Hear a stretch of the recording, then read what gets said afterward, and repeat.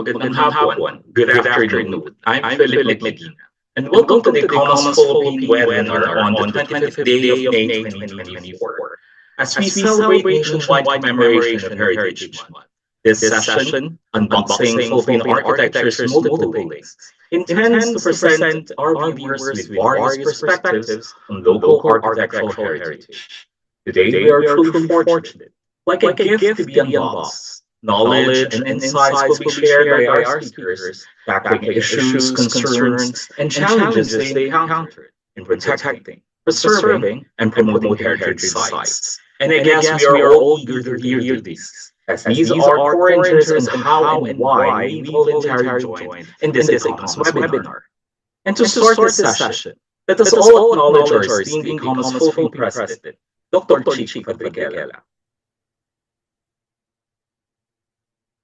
A pleasant day to everyone. Allow me first to express my gratitude to the International Scientific Committee on Shared Built Heritage led by Maria Jose de Freitas for entrusting this webinar to ICOMOS Philippines. Unboxing Philippine Architecture's Multiple Links is the first collaboration with the Shared Built Heritage Scientific Committee, and we are truly delighted this webinar will be a platform of knowledge sharing and critical thinking on what shared heritage means.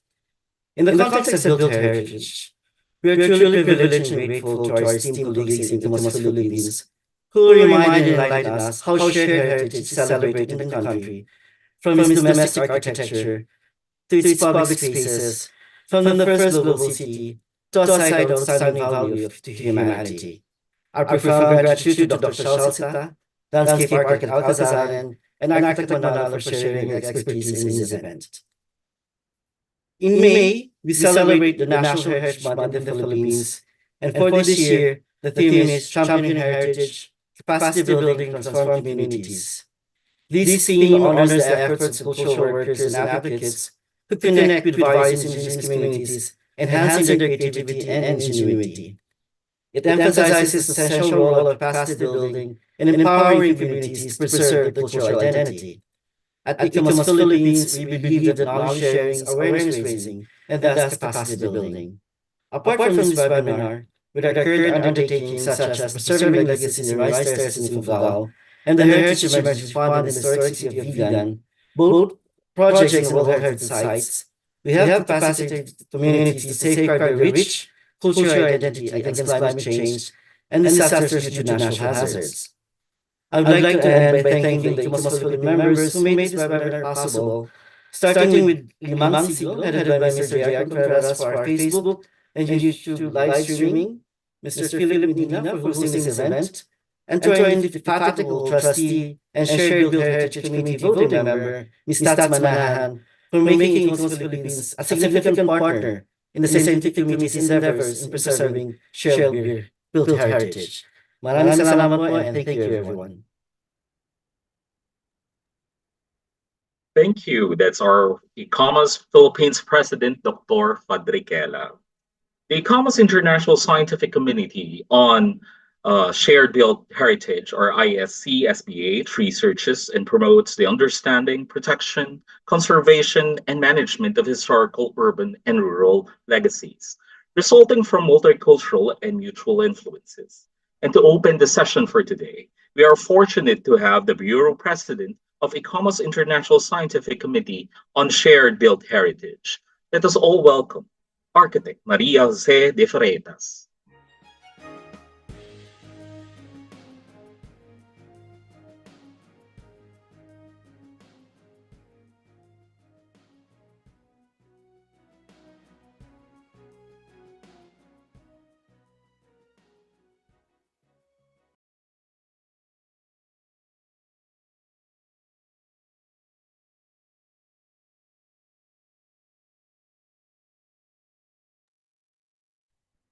Hello, good morning. I'm Maria Jose, as our colleagues mentioned. I'm in Lisbon, Portugal. Here is morning. Good morning and good afternoon or good night, wherever you are. So I will share my screen now with my presentation. Wait for a moment, please. Aqui. E agora o que é que eu faço? Fazer clique sobre esta e enviar. Aqui. Mas não está bem. Posso mostrar e proceder. Estás a ver? Tem que enviar, fazer a apresentação. Bom, sim, funciona. Ótimo. Está a funcionar. Sim, ótimo. So, we are here all to celebrate this conference, Unboxing Philippine Architecture's Multiple Links. My presentation will be entitled Rethinking Shared Built Heritage and Its Significance. I will start my presentation. Years ago, within our scientific group, we started a series of webinars to analyze and discuss the concept of shared built heritage. First, it was among the members in 2021, and then extended to the various cities or places where the annual ICOMOS General Assembly is taking place. So it was really very good for us. In 2022, we prepared the meeting in Thailand, where our local colleagues and other members gave us a clear idea of the situation of the shared heritage and the measures to be implemented. It was again a nice journey, and we've learned a lot with them. So we continue. With a view to the meeting that was to take place in Sydney, we later prepared the seminar towards Sydney in September 2023. During the ICOMOS General Assembly, we had another meeting with the local people and other members. This is available in YouTube. You can follow the link that I'm showing. It was a rewarding experience that allowed us to the extent to which the concept not to be tied to reality and exists as memory and desire, giving meaning to what Benedict Anderson calls imagined communities. And this is really a long journey. So I keep the lessons from Australia in mind and what I've learned from the First Nations. The heritage or assets that belongs to them is a narrative that they carry within themselves. And that's why sharing is important. We can see different images of the places we visit, the webinars we had, conferences and talks. One of them was very interesting, Aberfield seminar organized by our former Vice President, Susan Czechowski. And we had several meetings by that time with local people, with local communities.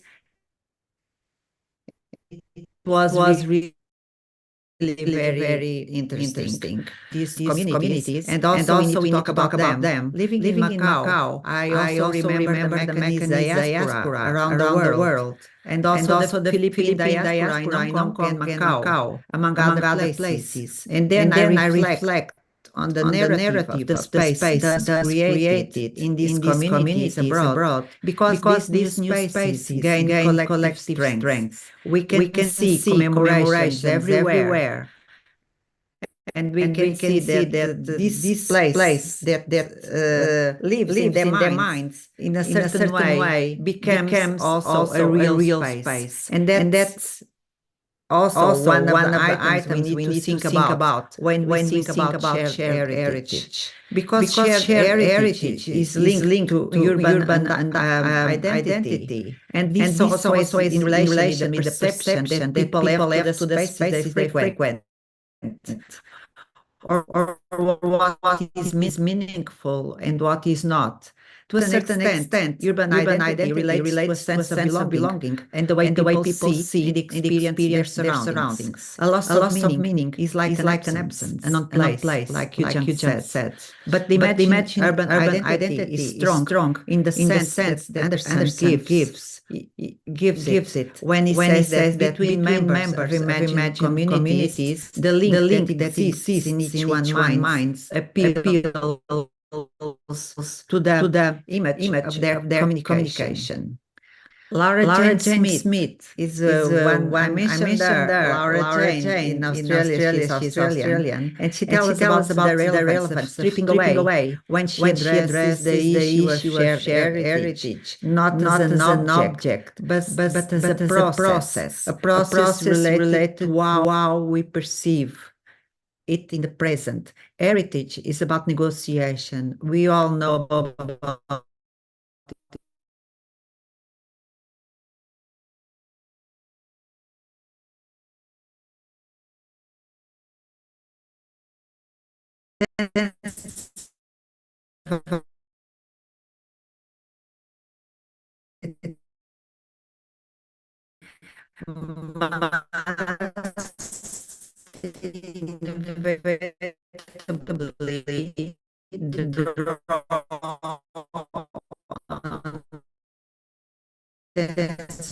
service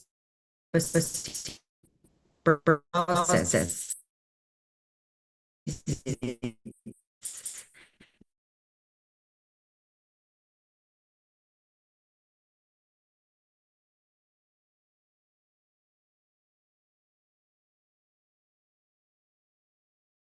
Yes, I think we lost Architect Freitas over the line.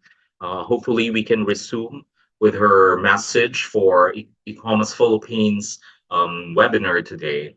Now, to continue, perhaps we can start with our first speaker. Are we ready with that? Yes. Okay, great. So to start with our first speaker, let's have Dr. Fernando Jalcita in Building a House in the First Global City, and we'll be back with Architect Freitas later. My full name is Fernando Shalcitan. I studied at a Jesuit school at Ateneo, Manila. As I went through school, I realized that although I was really mad in love with art, I was not really artist because I was more interested in history and culture. I wanted to contextualize art all the time. So that's why I took up anthropology. After I took my BA Humanities in Ateneo, I took a master's in philosophy. And then I took my master's in anthropology and a doctorate in anthropology at the University of Hawaii. I grew up in an arts background. I was exposed to the arts since childhood. In fact, at one time, I wanted to be an architect because there's several architects in my family. As a kid, I used to wander around the city. And I also used to make cardboard maquettes of buildings. That was my toy. However, as I grew up, I realized I don't really have the talent for design. I'd much rather write about beautiful things rather than do beautiful things. So when I got into anthropology, I realized anthropology was just the right thing for me because anthropology is about culture and identity. So that's how I integrated study of architectural heritage with anthropology.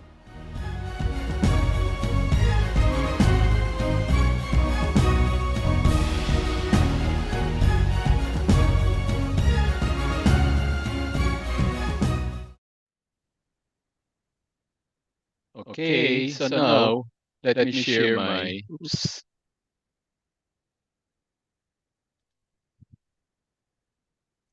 Okay, here we are. First, hello everybody. First of all, I would like to thank Dr. Romeo Cararelli and architect Maria Jose de Freitas for giving us this opportunity to talk about the Philippines' shared built heritage.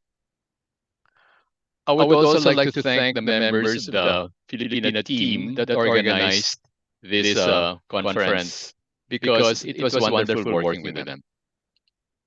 So let me then start. Okay, so my topic is about how Manila developed an architecture in a rather unique ambiance because it was in fact the first global city. So my topics: Manila, the first global city; physical environment; the Southeast Asian house and piles; architectural influences from the galleon trade; and the immigration boom. And then I would like to tie everything together. So the galleon trade had a very strong influence upon the formation of the Philippines. This is Spanish silver peso, real o ocho, minted in Mexico. It was so wonderful, of very high quality, that it became the currency in many parts of the world, especially in the huge Chinese Empire. You can see that there are Chinese characters imprinted in it, in the form of chop marks. So the Gallian trade was actually the first commercial enterprise lasting for 150 years that connected the continents together. America, the Americas, Africa, Europe, Asia. And there were two principal nodes, Manila and Acapulco. Ultimately, of course, Mexico City. And from Mexico City, the goods were transshipped to other parts of the Americas, and eventually to Spain. So, what was it that was sold in Manila by European and Asian merchants? Well, a wide variety of products: Chinese silks and porcelains, Indian cottons, jewels, ivory figurines, Moluccan spices. So these were exchanged for the Spanish real ocho. Now, with the merchants came artisans. So that is very important for our discussion. Now, the Gallian trade ended in 1815. So mercantilism ended officially, and capitalism entered worldwide. Now, in the Philippines, with the entry of capitalism, there was a boom in the export of commodities, especially sugar. And this created very wealthy entrepreneurial bourgeoisie. One way of looking at the Philippine Revolution of 1896-1898 was it was a revolution of rising expectations. The bourgeoisie allied themselves with the working class and with peasants to press for independence separation from Madrid. Unfortunately, the Spanish government did not heed this call for genuine representation. So there was revolution, and then came the Americans. So there was war that broke out with them, 1899, 1902. But despite these two upheavals, nonetheless, the Philippines remained relatively prosperous. It in fact attracted migrants, not only from Spain and China, but likewise from Japan, Germany, UK, Italy, the Middle East, down to the 1930s. Indeed, three British historians, in their eulogy of Manila before the destruction in 1945, say that Manila was the one city on the planet that connected together Asia, Europe, North America, and South America. So what was it? You can see that in our family names, by the way. Family names in the Philippines reflect a wide variety of sources. The Spanish policy was to encourage intermarriage. So a lot of Filipinos are of mixed origins. So here are the two contexts in which a new architecture developed. One is our geography. The Philippines sits within the Ring of Fire. So earthquakes are a perennial threat. Moreover, we are in the tropics. So heat and humidity are intense, particularly during March and May. March to May, in the dry season. And then what's happening now in the Philippines is that the dry season is ending. Rains are coming in, and especially typhoons coming from the Pacific with a strong possibility of flooding. So, a response to this was actually the propagation of the house of piles. Now, throughout Southeast Asia and Yunnan, southern China, traditionally wooden houses stood on piles. Indeed, there are bas-relief of such houses on the 5th century bronze drums in Vietnam, as can be seen here. But the advantage is that this offers protection against floods. The roof's weight rests not on walls but on pillars during earthquakes. So the walls are just curtain walls. Moreover, the roof forms, whether gable or hipped, allow the heat to balloon upwards and the rain to slide downwards. So here is the interior of a house on piles from Tiboli country in southwestern Mindanao. So the entire roof work is supported on posts. Now let's take a look at foreign contributions that took place between 1600s and 1930s. First of all, of course, was the introduction of stone and tiles. We have to credit the Spaniards and the Chinese for this. So here is a picture of Intramuros before the destruction. This was taken sometime during the first part of the 20th century. Masonry construction was rather new in the Philippines. It took off after the Great Fire of 1583, which destroyed Spanish Manila, which was of thatch and light materials. So a Jesuit, Father Cedeño, directed the initial constructions in volcanic tuff and mortar. Strangely enough, our word for volcanic tuff in the Philippines is adobe, which is quite different from the way it's used in Spanish America. Now, who provided the artisanal skill? The Sangley, largely the Chinese.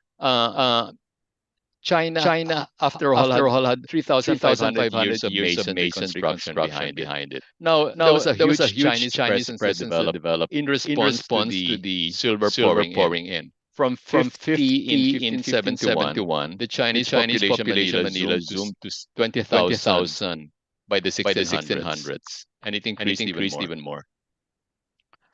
Now, there were two kinds of frame construction that our houses and churches have developed. One is the indigenous, and the other the Chinese. The indigenous frame construction consists of trusses with posts at their middle, mortised and tenoned into posts.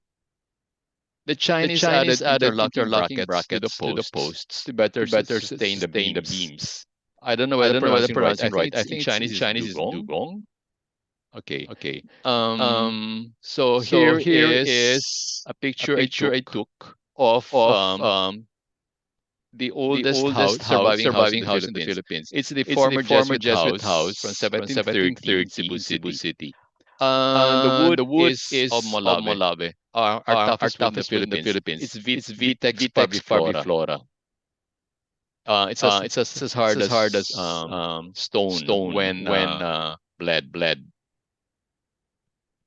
Now another construction style came in. The hanging gallery. It's called mashrabiyya in Arabic countries and ahimes, southern Spain. The hanging gallery allowed house rooms to project onto part of the street, so that residents would peer below in privacy. This is very important, especially for the women. Now, in the Philippines, what happened was that by the late 19th centuries, this hanging gallery called Galeria Volada for short, spanned the entire length of the second story. So this is a mashrabiyya in an Arabic country, and this is the Volada, the Philippines today. There was another construction style that entered the use of shell pane windows from Goa. According to Pedro Luengo, Spanish architectural historians, travelers mentioned shell pane windows, Pacuna placenta, at Goa by the early 17th century. At that time, Portuguese Goa and Spanish Manila were partners. Now, the Philippine term for this is capis. I think so this is actually what a shell window in Goa look like. Notice that the shells can be arranged in a half moon pattern, and then they can be actually laid in a variety of patterns on the window proper. In the Philippines, however, these shell paints are actually laid either in two ways, either in diamond formation or in a checkerboard pattern. I detect here the influence of the Japanese and the Chinese. Now, as for the Japanese influence, I see this in the fact that our windows in the Philippines traditionally did not push out. I think I've traveled throughout Southeast Asia and I noticed we are unique in having windows that don't push out. Rather, they slide. Now, there was after all a sizable Japanese colony that settled in just outside Manila between the 1600s and the 1650s, composed of merchants, artisans, and Christian refugees from persecutions in Japan. There was another type of window that entered, louvered windows from France. Louvered windows, called persiennes in France, were first invented in 1726 at Versailles by Antoine Duchesne. They were called Persian or Persianas in Spanish, perhaps because they recalled stripes on Persian textiles. That is the theory of the author Charles Rie. Became more popular than glass in the French Antilles because they filter the sunlight. Now, in the Philippines, Persianas slide on the windowsill, just like these windows. The windowsill is called pasamano.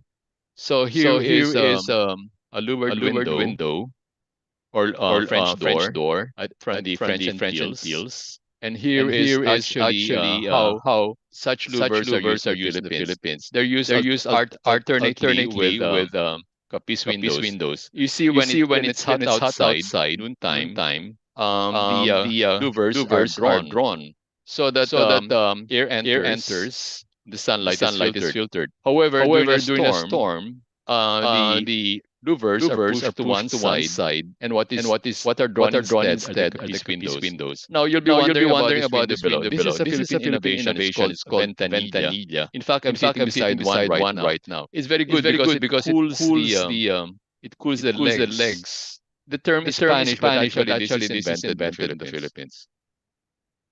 And finally, we have tracery transoms from Japan.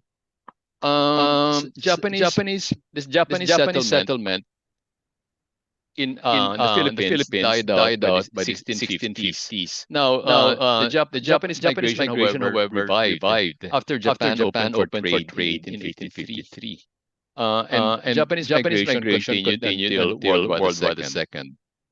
So the Japanese were noted for carpentry work in the Philippines. They were popular for that. So they seem to have brought in tracery transoms called ranma, which allowed light and air to circulate through the rooms. They also imported drama because the carvings could depict scenes from daily life and history. It's interesting. The Philippine terms are calado and burda. Burda from bordado in Spanish. Both relate to embroidery. So this is ranma in Japan, and this is calado, burda in the Philippines. Notice the lace work. Now let's tie everything together. So how do these tie together? Well, what ties them together is the intention of dialoguing with the land and then with the environment. Okay. So the roof rests wooden posts dug into the ground. The beams connect the posts together. And the entire wooden frame merely sways with the earthquake. Whether hip or gabled, the roof slopes allow the hot air to balloon upwards while shedding off rain. The hanging gallery, the Philippines is very important for protecting the ground story windows from both rain and sun.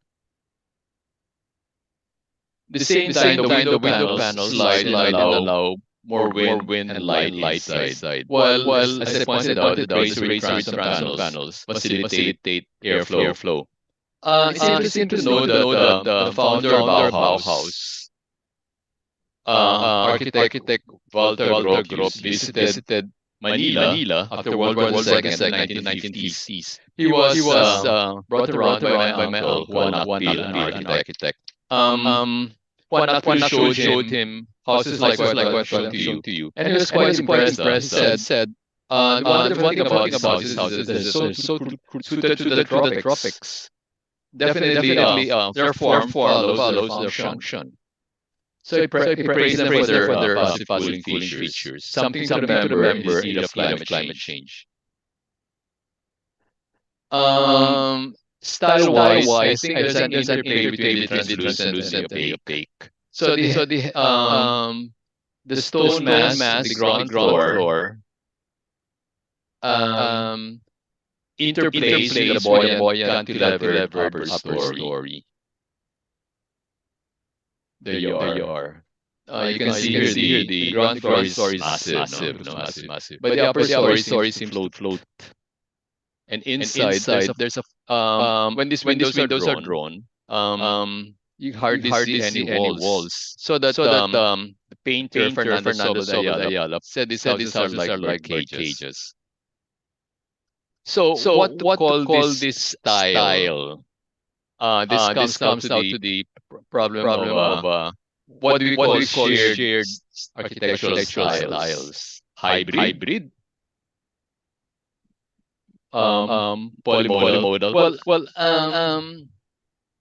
if I were speaking in a Spanish language context, I would use the word mestizo because mestizo in Spanish simply means mixture. Unfortunately, Spanish has died out of the Philippines. So, mestizo tends to connote now someone wholly white or largely white. But in fact, mestizo simply means a mixture. So, when Mexicans, for example, talk about their heritage, they talk about mestizo. They mean African and American Indian and Spanish, and sometimes even Filipino.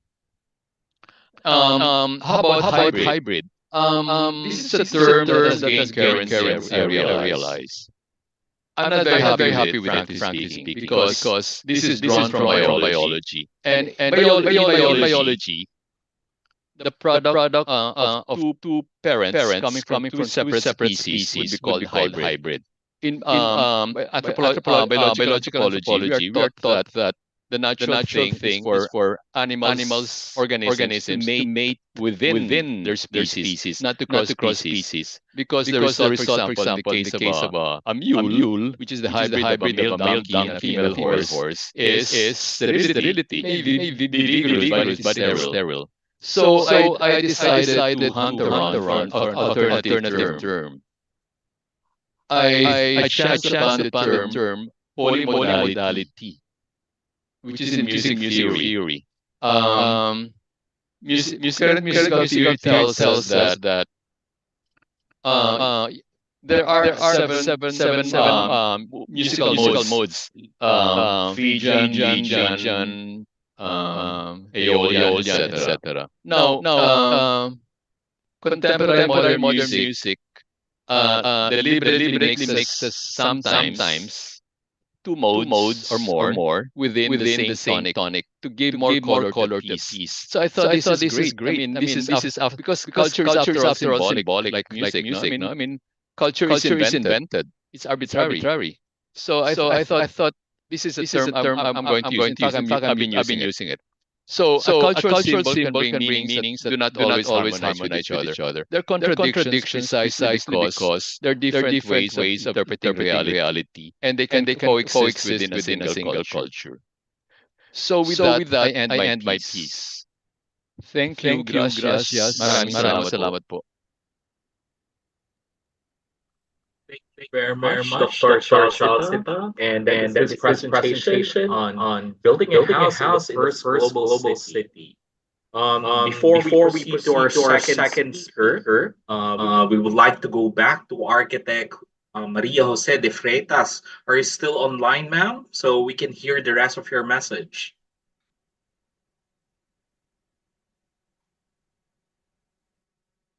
Architect Freitas, you may start as soon as you're ready.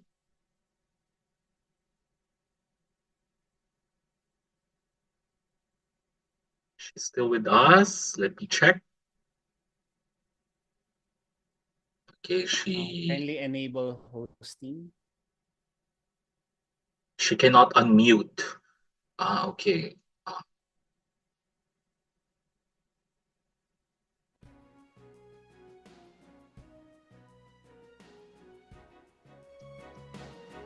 Okay, so while our tech team is helping Architect Freitas, that's a very interesting presentation from our first speaker, Dr. Shalsita. So just hold on with your questions, and we will start our Q&A after all the presentation. Okay, Architect Freitas, are you online?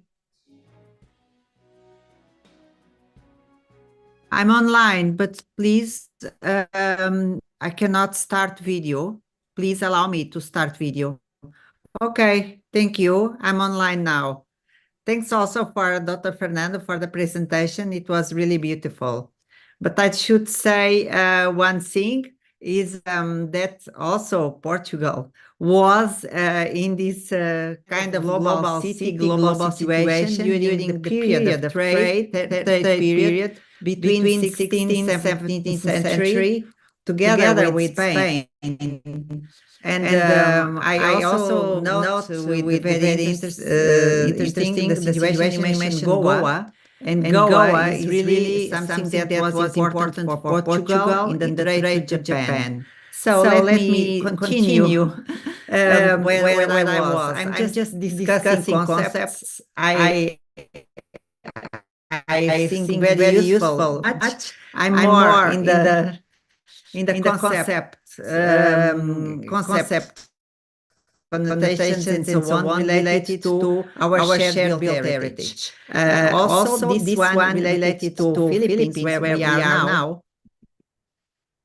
It's important to note that in Philippines we have the built heritage and we also have natural heritage, also included in UNESCO. And sometimes those places, the cultural landscape must be respected. In Philippines, I did diving, as you can see the picture. And I visited a very important place, Palawan, named Cathedral, also classified by UNESCO. So places like Voices are locally immutable. For each inhabitant place is a unique reality, in which meaning is shared with other people and places. The links in these of experienced places are forged of culture and history.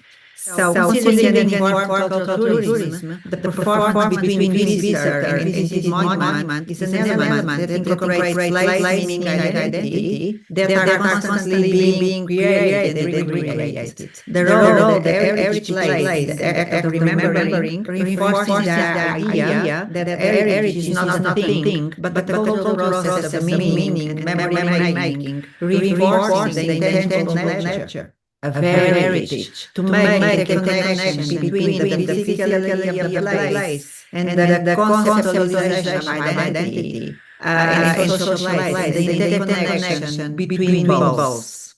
In this process, identity is something that is always being readdressed and recreated. And this is what is perceived and perceptible in societies and cities that have received multiple influences, like we saw in the presentation by José, that we can, when we visit Philippines, we can really feel this kind of situations also in Macau and also in other places, because the contact between civilizations during the 16th, 17th, 18th, 19th, 20th century forged really different connections that are important nowadays. To remember something that there really are that are forgotten, and then this is the sense of a nation, as Benedict Anderson tells us. From what I know, Philippines, the history is deep and encompasses many centuries of cultural influences from other civilizations that met there at different times. And what we see today is the result of this accumulated wisdom. I would like to thank ICOMOS Philippines for organizing this meeting and this joint reflection. And I will give the floor to the other speakers. Those know and live the local reality so that we can learn from them as we started already with Dr. Fernando and as we will continue.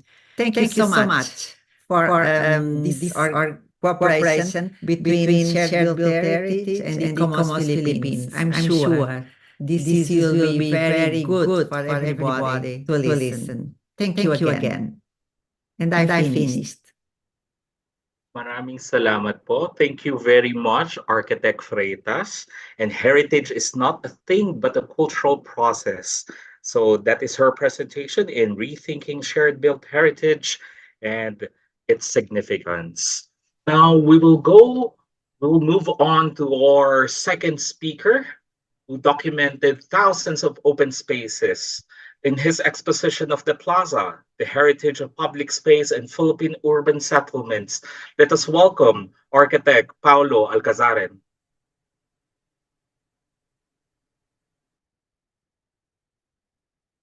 I'm Paulo Alcazaren. I'm a landscape architect and environmental planner.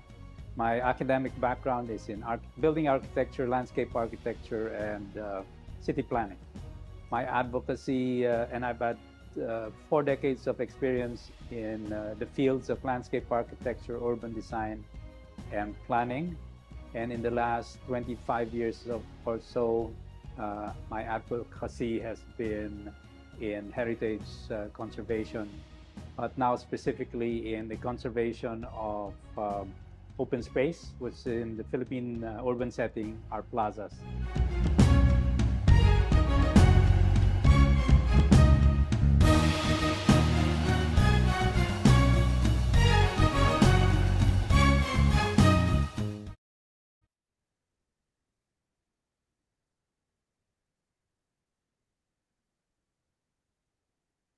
So good day, everyone. My name is Paulo Alcazaren, and I'd like to first thank the ICOMOS and the organizers for allowing me to share this afternoon. This afternoon's presentation is on the plaza, the heritage of public space in Philippine urban settlements.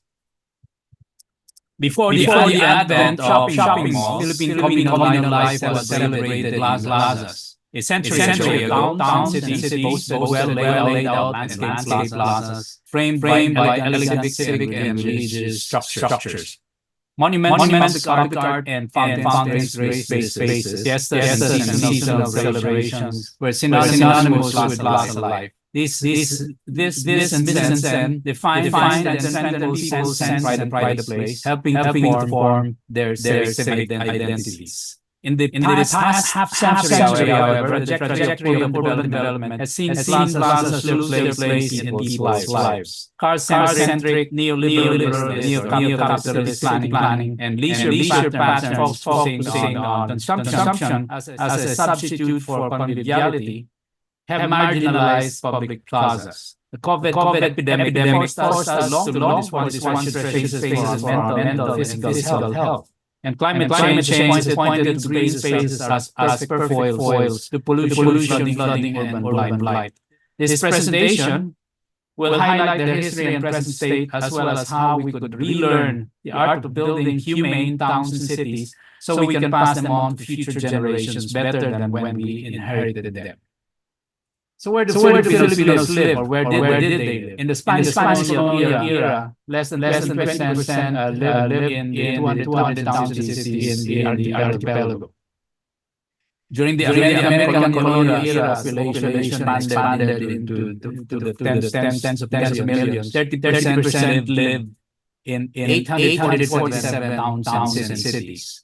Today, there are 118, or actually now close to 120 million Filipinos, and over 50%, close to 60%, live in 145 cities and 1,489 towns in the country. But the reality of the Philippine urban setting today is this.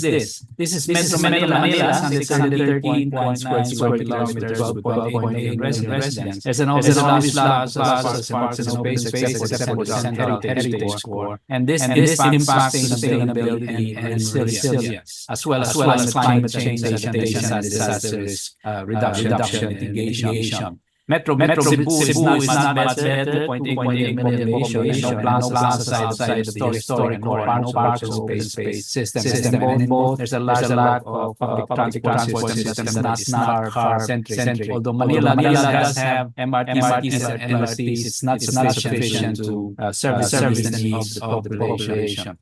And Cebu is only building for its first BRT line now. But it wasn't not that we did not plan for all of the cities. The late Spanish period, there were plans for Manila and urban centers. But during the American period, there was planning in 1905. Daniel Burnham city plan for Manila was planned for 800,000 people, taking inspiration from the Ozark city planning, which is based on the house Paris, as well as the cities of London and Rome. And Washington D.C. The Cebu Master Plan from 1915 also shows a rational layout of a city as well as parks and open space. This is many avenue of St. John's leading up to the provincial capital, which then was supposed to have been surrounded by a park and open space system. But to give you a context for portions of open space to build up areas, the South Park is 88 hectares serving 12.8 million residents, while in New York, they have 315 hectares serving 8.5 million residents. And this is in the borough of Manhattan alone. The four other boroughs contain 2,500 hectares of additional park and open space, which is a boon to all of those who live in New York City. So what we see in other cities, that Singapore has 324 foreign services, esplanades, and civic spaces for a total of 7,800 hectares.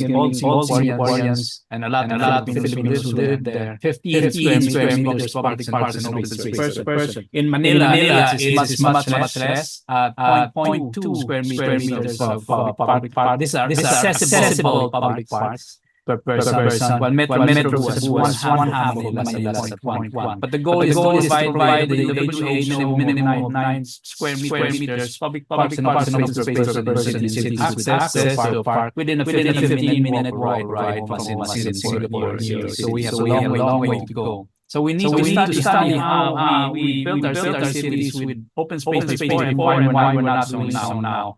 Our colonial heritage of open space from the 16th century present is the grid quadricula based on the laws of the Indies, the settlement pattern, which is a template for urban development in the Philippines from that century onwards. These are exceptional guidelines showing that the plaza is the starting point downtown. It's situated on the coast, which should be placed at the landing place, but inland it should be at the center of the town. It could be square or rectangular, and in most circumstances we found that it's rectangular. The size of the plaza shall be proportional to the number of inhabitants, taking into consideration that this will grow, and the plaza shall not be less than 200 wide and 300 feet long, or larger than 800 feet long and 530 feet wide. Of course, these are general suggestions, which of course we found was not followed to the letter. So the Plaza de Mayor de Manila is the number one, or the premier plaza in the Philippines. It was the central focal focus of Intramuros. And plazas, starting from that and all of the second city during the Spanish period, which is Cebu, and all the other towns, they were the locus of economic, political, and religious life. Central open urban spaces defined by buildings of importance. I grew up in Project 4 in Quezon City and only experienced public plazas when I would go home to my hometown in Argao in Cebu. And that's where I felt the space and the sense of community and sense of place, which was lacking in the suburban developments of the 1960s onwards. But despite the fact that they were allocated as open spaces, there were not much affordances or conveniences or amenities built into these plazas. They were essentially commons with little amenity or ornamentation, dressed up only for seasonal celebrations like fiestas. This is Plaza Libertad in Iloilo City at early American period. So there was a lack, of course, of statuary. Rizal, of course, had not been shot, so there's no monuments to him. And bandstands were added, but much later, like this in Batangas, as the importance of or the popularity of music grew. We didn't have Spotify, so brass bands used to play in all of our plazas during the weekends. This is Batangas City in the early 1900s. But all of this changed in terms of ornamentation and development of plazas after the start of after the completion of the Rizal Monument by Richard Kissling, and this was inaugurated in December of 1913. The Americans wanted us to have a national hero, and selected Rizal because he was a pacifist. And when this was inaugurated, all the mayors from all over the Philippines saw this or came to the inauguration, and they wanted monuments of their own. So what happened a few years later, legislation was enacted to allocate funds for monuments, followed in 1928 by the creation of development plans by the Bureau of Public Works for 137 park and plaza schemes, including improvements of existing ones, like this shown here in Surigao. So in our Philippine education, school kids were taught town planning as well as the importance of these public open spaces. And I cite an excerpt from the Philippine Civics books by Benitez. Many towns have beautified the plazas. Other towns have neglected their plaza. They have left the plazas to pigs, goats, and other domestic animals. The people of such towns are judged to be more backward than those who pay attention to their plazas. Monuments well taken care of add to the beauty of the town, but when they are badly neglected, that they are what is called an eyesore. And that's what's happened to our plazas from the 1970s onwards, is that we have lost first the spaces themselves because of the practice of building quote-unquote multi-purpose pavilions, usually housing a basketball court, and all of the open space and a lot of the trees disappeared. They're ill-designed and badly maintained. We are losing our plazas and parks to all manner of municipal building projects like this in Naik, Cavite. So the first step is to conserve this. To conserve this is to document them before they all disappear. But the condition of a lot of our plazas at the ground level, because our focus has shifted to things like malls, is seen in our recent assessment of Bacolod's old plaza. Uneven payments, dying plants, and forgotten monuments, bad drainage, interventions by DPWH does not coordinate with the plaza, unsafe crossings. You can't get to these plazas without the risk of losing your life or limb. And then compacted soil, the plant material itself, except for some of the trees that have survived, you cannot support plant life, and there are forgotten stumps everywhere, very unsafe, exposed utility lines, because our leaders actually don't spend their time in these plazas and hence don't care. So what I've done and my office has done over the last 15 years, if we documented over 200 plazas, now close to 250 up and down the archipelago. These are samples of it. This is Plaza Roma. And we document from the air, taking drone aerial shots, as well as when we have time, drone surveys to get point cloud data for construction of 3D digital records of the spaces, as well as the buildings that surround define them. And what we've done is also to do figure ground maps, plans for all of these plazas to show the relationship of the open space to the footprints of the buildings that define these plazas. And you cannot have a plaza unless your buildings are in at least 3 of the sides. So in the other plazas like this one in Padre Burgos in Vigan, we've shown their plaza in relation to the red square, which is the size of the Plaza Roma in Intramuros, which is approximately 1 hectare. So this is Plaza Libertad in Iloilo, and we found that the plazas in the Visayas are 2 to 3 times the size of the Intramuros Plaza Roma, as well as most of the plazas in Luzon. They're larger in the Visayas. So this is Plaza Molo, again showing that it's more than twice the size of Intramuros. So these are continuing examples of our documentation. This is Santa Barbara in Iloilo. It's 3 hectares. The 1/3 of the plaza is not shown, which is on the right. It's actually a football pitch, but it's a well-conserved plaza, bandstand, Presidencia, as well as a very well-conserved church and convent complex. And it's used by people all the time. This is the Haro Plaza.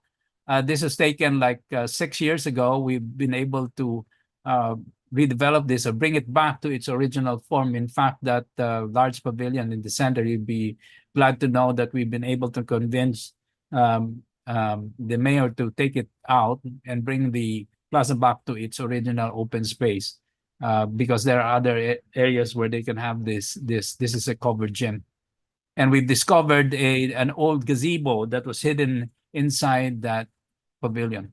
This is Pila Laguna, and very well concerned. This is conserved. Lobok in Bohol is 0.6 hectare, although I suspect that the open space was much larger. But I include this because it's a cautionary tale of what the Department of Public Works tends to do, which is to build without any regard for the proximity of heritage structures. There's a bridge that was planned, thankfully not completed, which after public opprobrium, and this, despite the fact that they stopped it, already compromised the facade of the church. And when we had that earthquake over a decade ago, the facade collapsed. This is Silay Plaza. You can see that there's a multi-purpose pavilion on the left in Negros Occidental, and this is Bacolod Plaza, which shows the loss of the Indies stipulation that it be beside the coast, because it was a coastal city. This is in 1910, but today it has all been reclaimed, and it's now the site of a gigantic mall. The plaza is still there. You see the grove of trees. That's the plaza, but the coast is no more. And Bacolodians have lost their view and appreciation of their relationship to the sea. Despite the fact that we take a lot of the pictures, a lot of the pictures that we take from drone aerial surveys and photography shows the plaza as very, very striking and very green. And this is Plaza Loton in Manila. Many of them look really good from above, but most are actually blighted, like I showed you a while ago in Bacolod on the ground. But despite this, our parks and plazas are this blight. They're actually well manicured, because you can get a manicure, a pedicure, and a massage in all of our plazas. And we found this to be true in all of the plazas that we visited all around the Philippines. We love to pamper ourselves, and for urban designers and landscape architects and planners, we need to understand that this is part of our culture. It's part of our park and plaza culture, and we must design this into the spaces that we want to bring back, or we want to build for new towns and cities. The other elements of Philippine plazas are, of course, the statues, public other heroes, and as well as public art. And since the 1913 Rizal, there was a first wave of the 137 results, and most of them were very ornate and very well sculpted. And this is in Nagcarlan, Laguna, more ornate than even the one at the Luneta. And you can see Rizal in his overcoat, as is the fashion of the monuments at the time. But you will note that it is from the 1910s and 1920s, because the sculptors included a pedestal or a stack of books right beside the statue to give them more stability, as obviously there was some problems with the stability of the statues at the top. Reinforcement was hard to come by, so they integrated a pedestal, a long flowing cape, or a stack of books. But these are other examples. So you find a more ornate and well sculpted Jose Rizals built in the eras from the 1910s to the early 1940s. This is Santa Barbara and San Pablo, Laguna. And in the 1930s, there was a shift in style from neoclassic to Art Deco, as seen from left to right, Ibahay Aklan and Balete Aklan. On the Ibahay, you see that in the earlier periods, there was a lot of allegorical statuary and elements in the Rizal statues. But as we go to the Art Deco, the plinths changed in style. And also in a lot of the Visayas, Jose Rizal's, I guess Rizal got tired of standing, so they had him sit down during the 1930s. So unfortunately, after the war, either all of the good sculptors died and all of the good designers was lacking. So a lot of the monuments in our plazas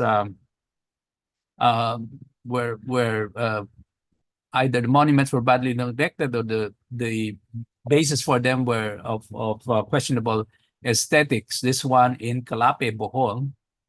And unfortunately, in a lot of towns and cities where they've either moved the presidential municipio or they've expanded the plaza, they have neglected Rizal, and Rizal has been marginalized and put to the side.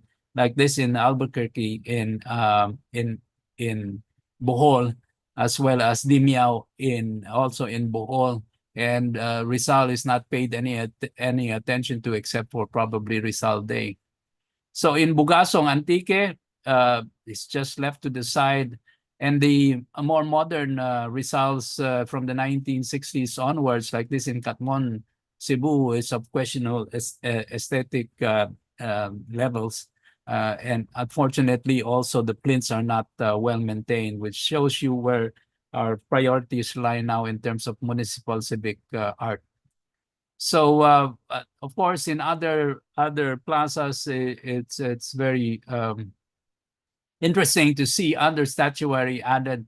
This one, a Statue of Liberty, was added in San Carlos, Pangasinan. This Statue of Liberty is one of about a dozen statues of liberty donated by the Boy Scouts of America in the early 1950s, and one of them found their way to San Carlos. And then finally, another unique example of Rizal with a swastika. And there were, of course, everybody remembers the urban myth of Rizal being the father of Hitler. But in fact, this is an old Sanskrit symbol. Now we have horror vacui today in more modern plazas and towns where the authorities have added that not just 1, 2, or 3, but 4 or 5, a whole slew of monuments. And I tell these mayors that 1 or 2 is fine, but if you get past 5, it becomes a cemetery. So we need to legislate against bad design also in these plazas. This is one of Rizal landing in a UFO in Iligan City. And then this is even worse. Rizal is relegated to a minor hero and overshadowed by the more popular superheroes of, this is from the Marvel Universe, Spider-Man and Iron Man. And then you also have Superman from the DC universe, and I got into a fight with Batman. But even worse, if not the superheroes, we have things like this: a Hello Kitty at Lezo Plaza in Aklan. The entire plaza is themed in Hello Kitty. So I think if I visit again soon, it will be Barbie. So the other element is our gazebos and bandstands, and we have wonderful conserved bandstands all over the plazas in the Philippines: Santa Barbara, Rojas City. This one in Nasugbu, unfortunately, last year when I visited, it had been turned into a barangay structure and closed the whole structure with walls, showing that they don't appreciate the Art Deco architecture.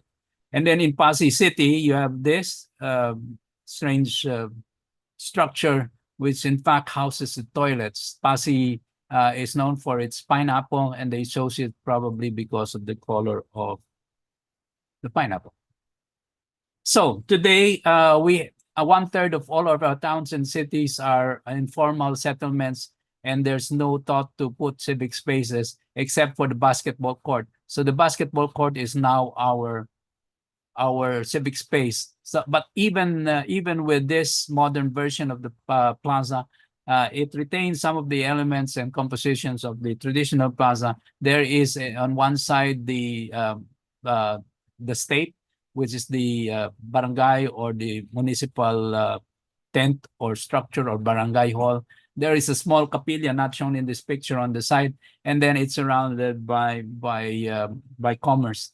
But it's a lively place. Everybody goes there. All of the events are held there. It is their plaza, and it's important that we understand that these open spaces are needed, are used, and actually loved by the people of these communities. So what has replaced our plazas is that malls have replaced our plazas. Even the name is appropriated from the plaza. This is Shangri-La Plaza, but of course, where's the plaza? Where's the church? Of course, the church is also there now because SM has chapels in Shangri-La. You can hear mass, I think, in one of these levels. And you have also the state, like this, the DFA in Mega Mall, because you have it all. So all of these advocacies have led us to getting involved with a number of LGUs in the conservation and redevelopment of some of the plazas once the advocacies message have reached the authorities. This one in Pasig City, where we had an assessment of the central population or heritage score. We did urban design interventions to conserve heritage as well as to understand how we could help pedestrianize and improve that central area. And this is the plan. So what we found, the Rizal Plaza, Rizal had been moved. It's not his original place. And somebody had donated an old pre-war residence, and it was turned into a museum. So what we did is to bring Rizal back to his original position, integrate the plaza with the museum, so you don't have to cross the street, and we actually build it. So this is Rizal in his in relocated place. The McDonald's behind, the lease was not extended, and we were able to build a Bonifacio monument on the other side, also integrated spatially with the composition. That's the Bonifacio, and this is how it looks as a complete flow of spaces from Rizal to Bonifacio, the Rio del Pasig, I'm sorry. And then there's a pedestrian connection to the Pamantasan and Lungsod ng Pasig. Pasig itself, actually, the Marikina River is behind. We're now completing 6 of the 5th and 6th of 6 plazas in Iloilo. It used to be at 6 towns, but that's why it has 6 historic plazas which had fallen to disrepair until a few years ago. So this is Plaza Libertad. Our plans for it to integrate it with the new City Hall, because there was no space for them to have their Monday ceremonies. We did the design and we actually built it. So this is completed in 2020. and we're completing the other 5 plazas as we speak. 3 have already been fully completed. And the important thing is to clean and clear, to conserve the statuary, to make it usable for contemporary use, as well as light it up at night so people can enjoy it. And when this was opened, everybody started to use the plaza again. So this is how it is from the ground. Keep it simple. Make sure the pavements won't make you trip and fall. Put a lot of sitting areas, benches, and lighting. This is Plaza Haro, already renovated, and how it looks at night. So now their problem is maintenance, because so many people are using it, but it's good. It's a good problem. And all of these plazas are now back as the central focal point, places of these communities. And that's the key point, because all of these plazas are still within residential or mixed-use districts of the city, and you can walk to any one of the 6 of these plazas in Iloilo. And the famed Iloilo Esplanade, which we also had a hand in doing, is very nearby. It's about 200 meters from here, and it actually connects most of these plazas. So we found a lot of Francesco Monti statuary, which we brought back into condition here in Plaza Molo, as well as Libertad. And we provided proper settings for this statuary, as well as for the results that we found. So in other places, we have unsolicited proposals for improvements like this in San Sebastian, the Plaza del Carmen, which has been turned into just a mass of concrete used not by people, but the cars and jeepneys. But you don't need all that space.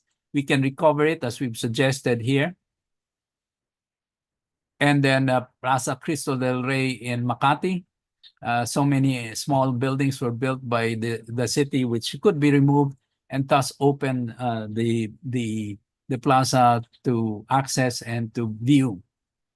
So we also need to recover people's space from car parking. A lot of our plazas have become parking for the churches and the spaces like this in Santa Cruz in Manila. And this is what could be done without reducing the capacity of the parking that originally you saw, and bringing back walkability and public access, as well as a proper setting for the church, which originally had a very small parvis. So, final question. Do we strive to bring back plazas, parks, public open space, or do we continue to build Philippine cities like this? Thank you very much, and remember, plazas are life.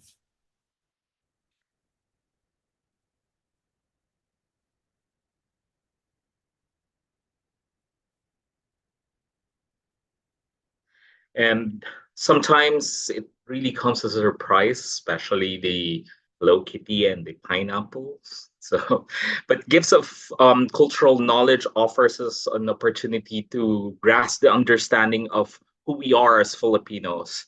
So, our next speaker, moving on to our next speaker, he works as a conservation architect, and he specializes in Vegan, his hometown. So let us unbox Ilocos houses with architect Michael Manalo in his interconnected Beyond Boundaries, Vegan's Architecture as Humanity's Common Heritage.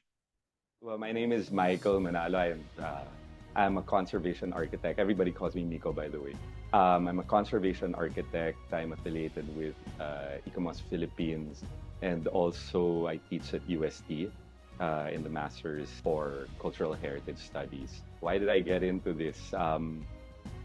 Basically, I was sent to Mexico. But I think I have to credit one person for my exposure in the heritage field, and that credit goes to Butch Jalcita. His book opened so many doors for me, right, in this entire area. And as a kid, I used to read his book cover to cover. And yeah, so since high school, I was really dreaming about going to all of the old houses in his book. When I went to UST for my architecture studies, I tried to go to the Manila houses at least.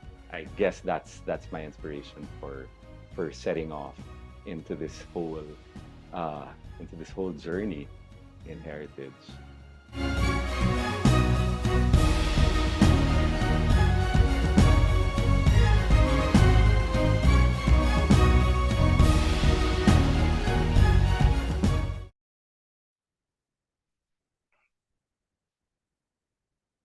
Hi, everyone, and I'm just gonna start broadcasting. So I'll share my screen. I hope everybody sees it. So I'm going to be talking about interconnectedness beyond boundaries, vegans, architecture as humanity's common heritage. And first off, I'd like to offer my sincerest thanks to, of course, ICOMOS, both ISC SBH and ICOMOS Philippines. Also to my colleagues at MNL Solutions Inc., Genevieve Sarte, Kenneth Moyano, Jacob Lai, who did fantastic research and a lot of the illustrations that you'll see here. The Sikia and Cabildo families in our last foray into vegan with ICOMOS Philippines. Of course, I already said thanks to Butch, to Fernando Cialcita, Dr. Z, and I'd like to also thank two Mexicans, Jorge Loizaga and Francisco Javier Pancho Lopez Morales, who inspired me a lot when I was doing my work in the masters in Mexico. So vegan, why are we talking about vegan? Vegan is part of the UNESCO World Heritage List since 1999. And from their dossier, it says that it is the best preserved example of a planned Spanish colonial town in Asia. Not that there are so many outside of the Philippines in Asia that are of Spanish foundation, but yes, vegan is after the destruction of Intramuros and of key cities like Cebu, we have nothing else that can rival vegan. But what will interest people for shared built heritage is actually criterion 2, because it tells you about how vegan is a product of an interchange of human values, of cultures, of societies. And there's also criterion 4. So you have these two criteria for which vegan was inscribed.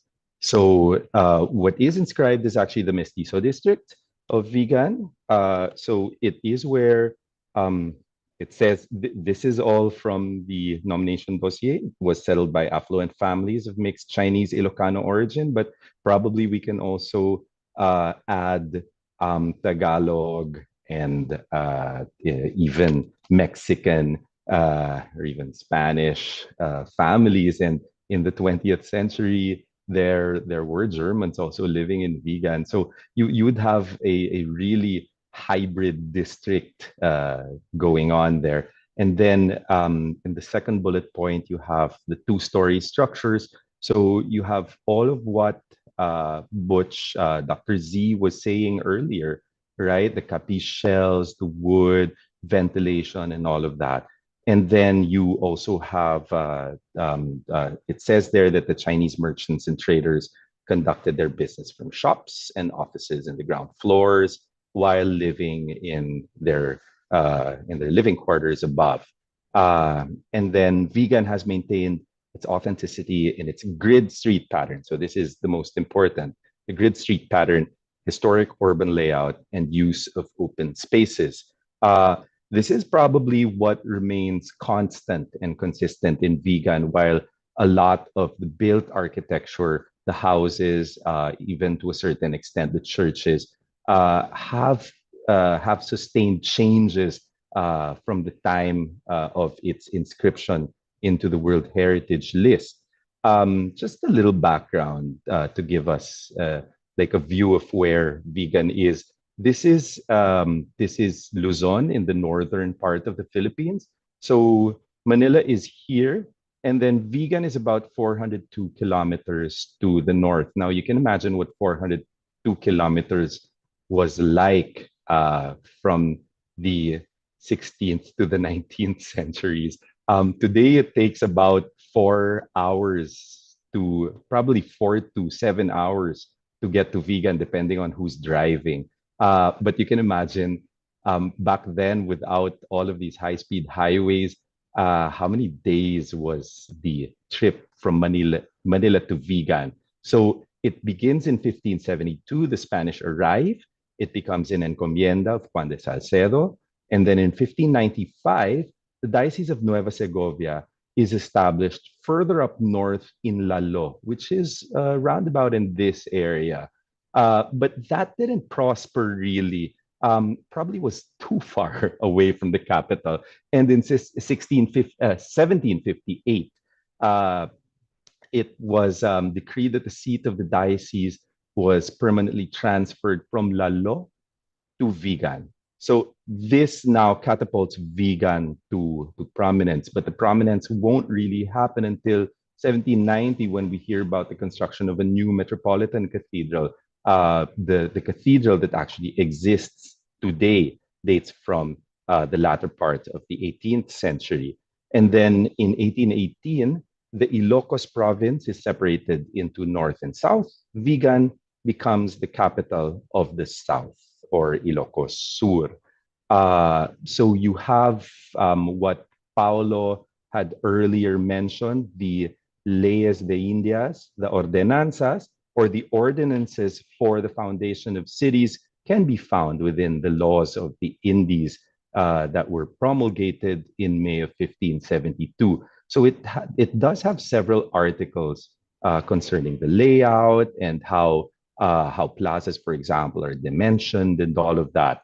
And all of that would have its imprint here on Vigan. But a lot of Latin American scholars, maybe Spanish scholars also, would look at the date 1572 and would say that, look, by 1572, a lot of the Latin American cities and towns were already in place, and they have already carried what were the prescriptions of the leyes de Indias, or the ordenanzas. So it must probably have come from that entire what's his experience, right? The Ibero-American experience in urbanism from the 16th century. So that might have been crystallized into the ordinances contained in the laws of the Indies.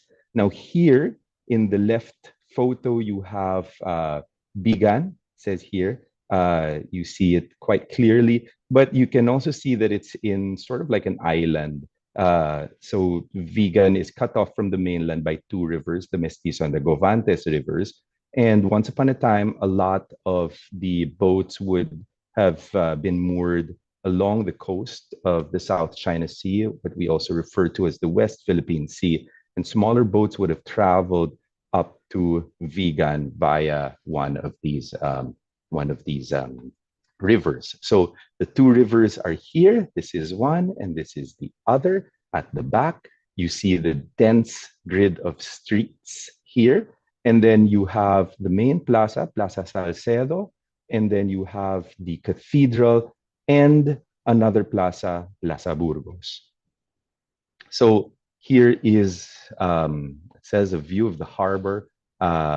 Not quite a harbor, we don't really see much, but this is where the boats were moored, probably along the coast of the South China Sea.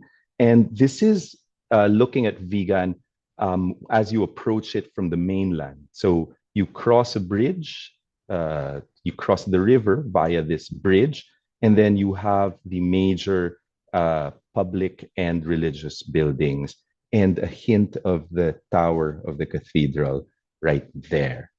And then you have Plaza Salcedo, this fenced off open space right here. And then in the background, you have buildings also of the church and the state, prominence going to the tower, which is separated from the rest of the cathedral due to the frequent earthquakes. So this is something that happens all the time in the Philippines. And then you have the other plaza, Plaza Burgos. And then if you read here, it says, take out all wooden houses within 200 varas of the cathedral. This was actually part of the letter that the bishop of Nueva Segovia, who is now living in Vigan, he sent a letter to the Governor General in Manila asking him to take out all the wooden houses within 200 varas. And that effectively created Plaza Burgos. So this plaza is part of that clearing operation. But more than just creating a secondary plaza, it probably also bolstered Vigan's preference for full masonry construction instead of relying so much on timber, which is highly combustible. So talking about domestic architecture in Vigan, we now have what I would say they have three types. Type 1 is a full masonry structure. So you have that here. So it's masonry from bottom all the way to the top where it meets with the roof.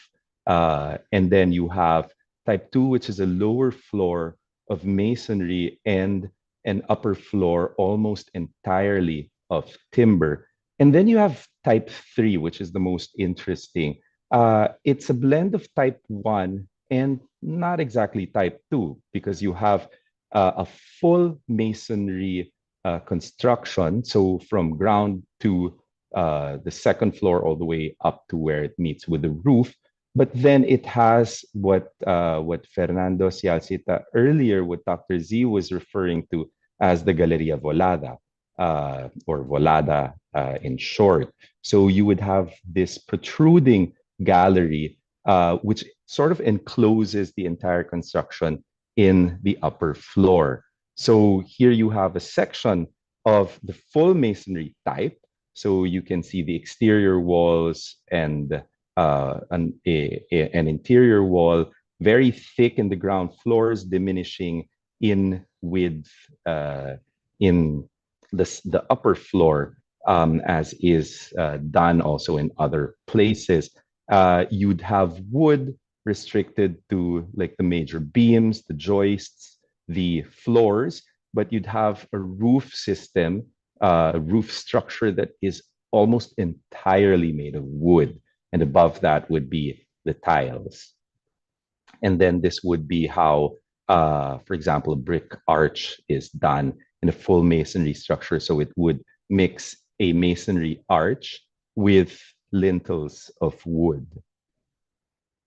It produced a very peculiar architecture, something that distinguishes Vigan from the rest of the architecture of Vigan from the rest of the country's colonial architecture, simply because it looks like Vigan really didn't evolve the way that we were looking at earlier with the slides of Dr. Zialcita, in the sense that with all of the earthquakes, everything had to become lighter. Vigan sort of said no to that. It is a region ridden with earthquakes, but it still continued constructing all of these massive, massive buildings into like the early part of the 20th century, producing very distinct streetscapes like this. When today you visit Vigan, you'll find streetscapes like this, walls and walls of houses. It's like one continuous wall, two continuous walls, two parallel walls surrounding you. So it's very interesting and also very unique in the way that it has survived a lot of like earthquakes, typhoons, and the Second World War.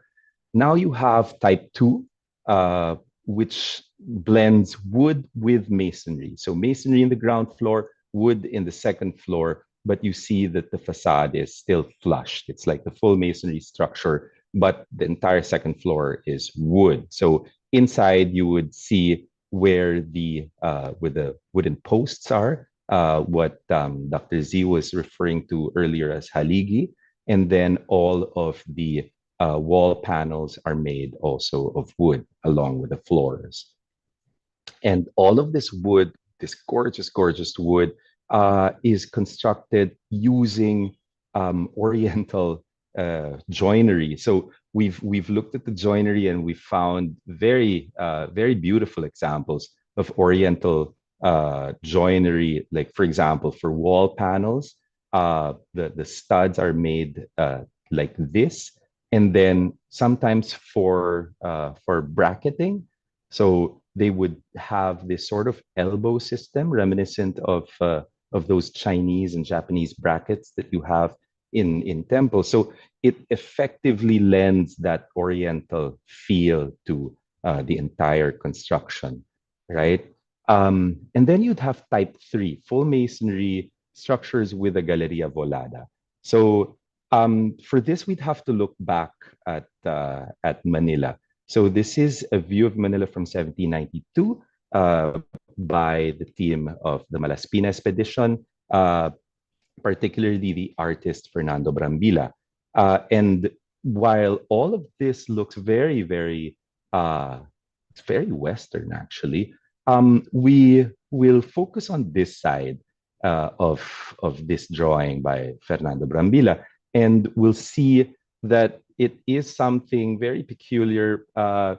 Maybe for Filipinos, we will find this not so peculiar, not so out of the ordinary, because our old houses today look like this. But for people of other nationalities, they might say, what are these? So these are houses with protruding second floors, as Dr. Zialcita was mentioning earlier. But I'd like to shift your attention to this particular structure, which used to be the palace of the Governor General. Now, you can see that here in the other houses, the entire second floor protrudes out, whereas here, it's sort of really just a projecting balcony with its own roof, in the manner of maybe the projecting galleries in Lima, in Peru.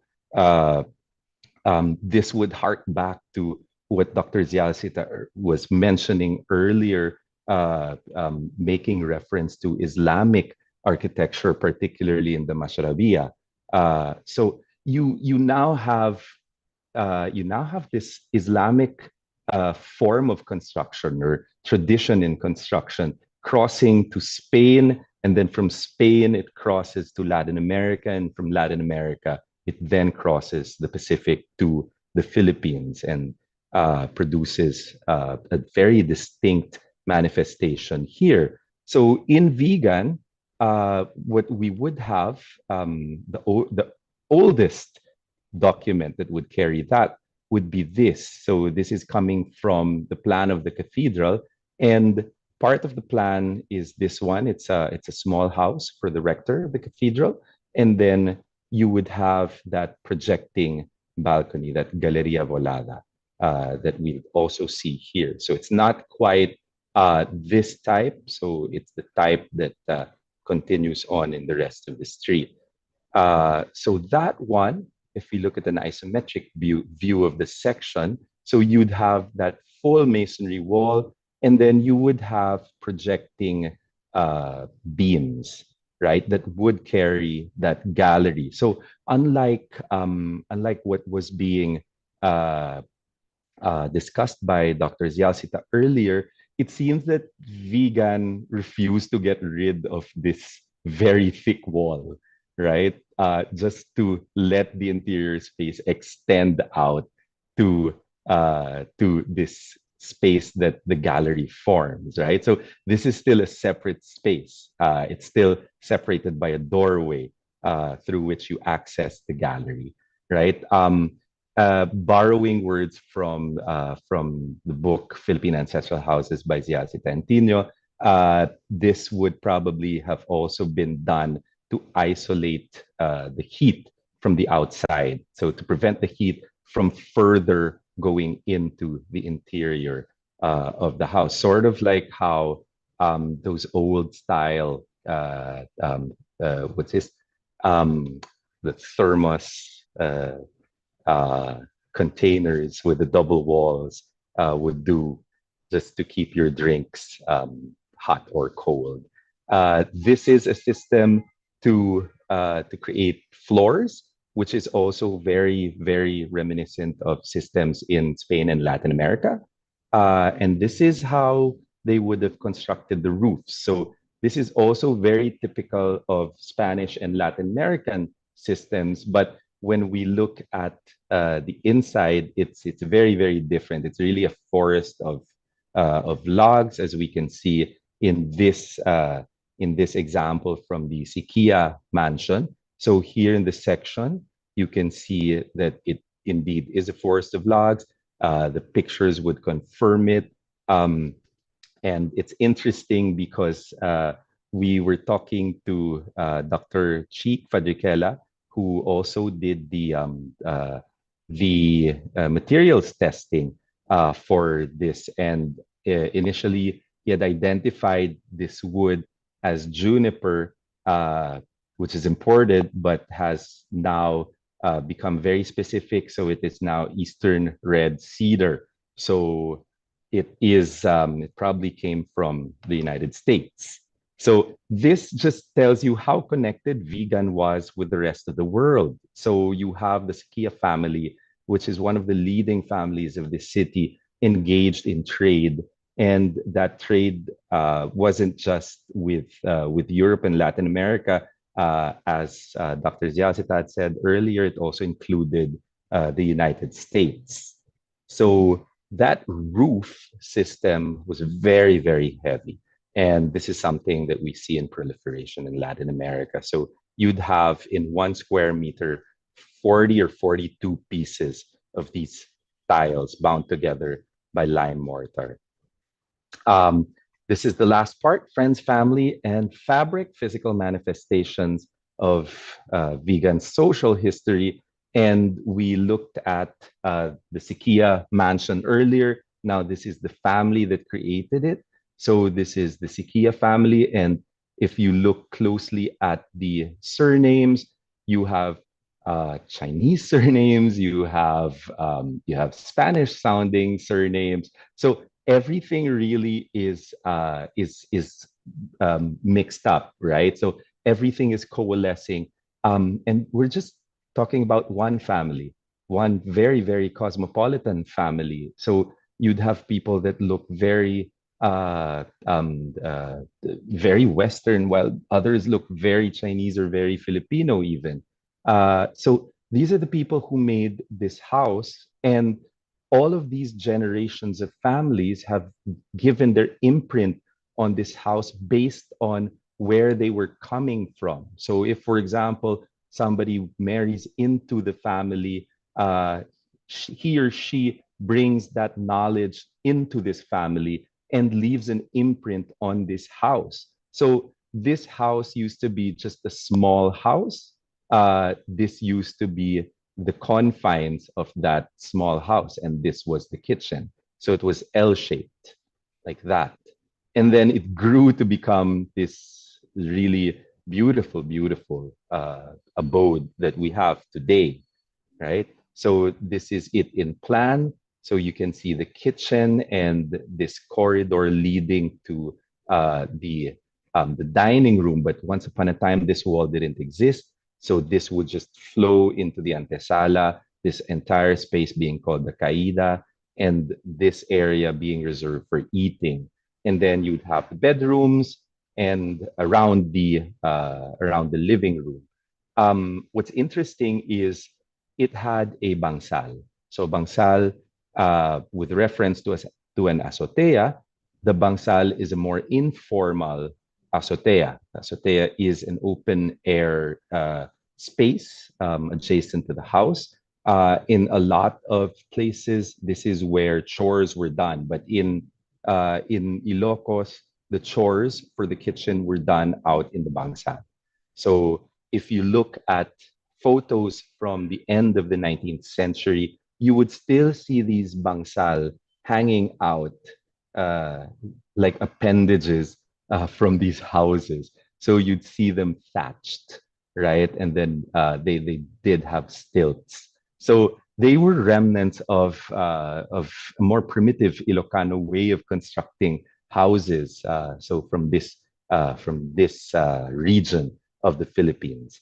The other family that we looked at resided in this block of the city, bounded by these four streets: Crisologo, Salcedo, De Los Reyes, and Mabini. So we're talking about the De Los Reyes family. And initially, we were just investigating the Cabildo house. But when we were looking at it, we noticed that it was physically connected to these other two houses next to it. So we sought out to sort of investigate why they were connected. And it's interesting because you have this very long hallway or gallery connecting the Cabildo house with the kitchen of the neighbor. So this is that very, very long gallery. This is the old house of the Cabildo family. And this is the kitchen of the neighbor. And they're really connected. So in this next slide, we can see the end of that hallway. And at the end of that hallway, we see the window of the neighbor's kitchen. So it's very, very strange when we looked at it. We were thinking, why would you allow your neighbor to build all the way to your house, to your window, and even sort of attach their roof to your roof? It's not like they have like a separate roof. No, it's all attached. So if you look at that roof plan again, it's really attached. So it's not an ad hoc thing. So that prompted us to look at all of the relations, and what we're seeing is that all of them are related. These three houses were related, and probably once upon a time, the Ichon house might have been like that nuclear family house, and then this house, the Cabildo house, was built for a spinster daughter, the daughter who did not marry. So you'd keep everybody close. You'd like to keep family close. It's a very Asian thing. Maybe it's not something that happens in other parts of the world, but at the end of the 19th century and at the dawn of the 20th century, this is still quite a thing here in Asia, even amongst these very wealthy families. So here you see that old house, and here you see that huge Ichon residence. So the family name that ties all of them together is De Los Reyes. So this is a De Los Reyes house. This is also a De Los Reyes house, and that was also a De Los Reyes house. But this one is connected to the kitchen, and in yellow, the azoteas are also connected. So you would have this social history happening in what is today separate houses. So probably it's something that is also worth looking at. So this is the last slide here, and you can see that azotea joining the two houses together. And at the middle of it all is the kitchen, because we all love food. So conclusions and considerations. We think that Vegan's architecture and urban layout are products of Filipino, Latin American, and Spanish, including Mudéjar experiences, but we can't confine them to those two. Filipino would mean Asian, Latin America's entire continent, and Spanish would also mean connections to the Islamic world. The societal makeup of vegan contributes heavily to its architecture. It is thus important to be able to understand its people through its architecture and vice versa. Both aspects must be considered in conservation work. So what is intangible should really be part of the tangible. So changes in ownership, this is the last, have created divisions in once connected homes. Clear guidelines must be developed on how these former connections may be preserved and interpreted. And with that, I thank everybody, and I hope we learned some things from this presentation. Thank you. Thank you very much, Architect Manalo, and with his exposition on the vegan houses and its contribution in the humanities common heritage. Maraming salamat po. And also thank you to all the other speakers, sharers, and bearer of cultural knowledge, like Dr. Shalseta and Architect Alcazaren. And at this point, we will roll the Q&A, and I'll be joined by Ms. Lilian Rejante Manahan. Ms. Tats, are you online? Let's proceed with the Q&A.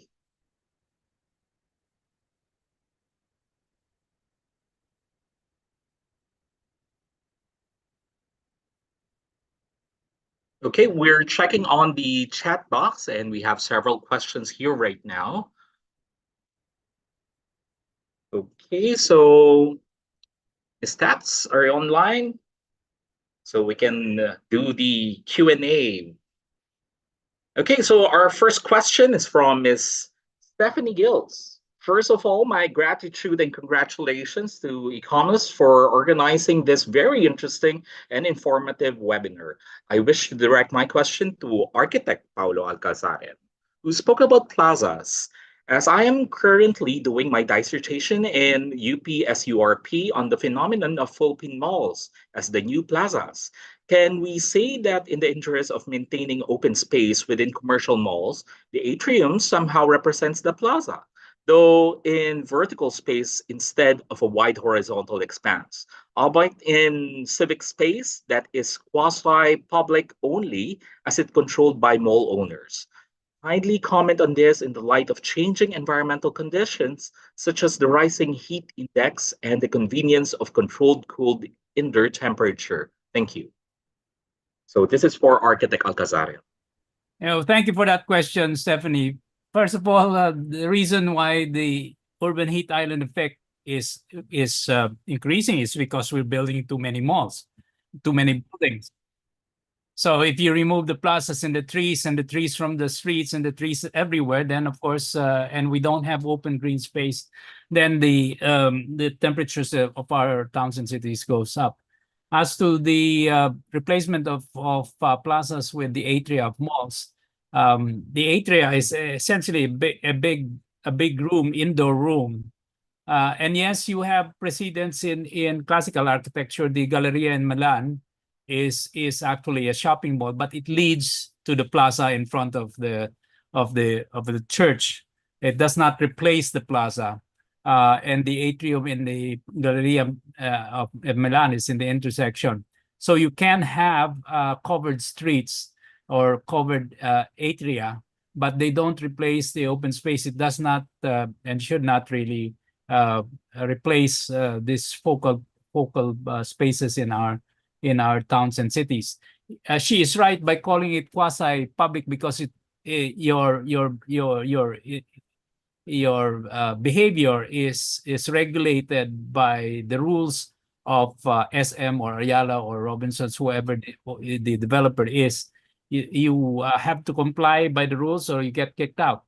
You cannot wear sandals, you cannot wear chinelas, you cannot have political rallies. So there's nothing civic at all in any of these places because they're just centers for consumerism or consumption. So we cannot engender any real sense of place because the only sense of place is this a sense of place of the shopping mall. You are in the nation of SM or you're in the nation of Robinsons or Ayala. And if you notice any Ayala, SM, or Robinsons mall all over the country, you go in and you don't know where you are, except for a few of the shops that are local. All of the shops are the same. You go in and it's the same experience.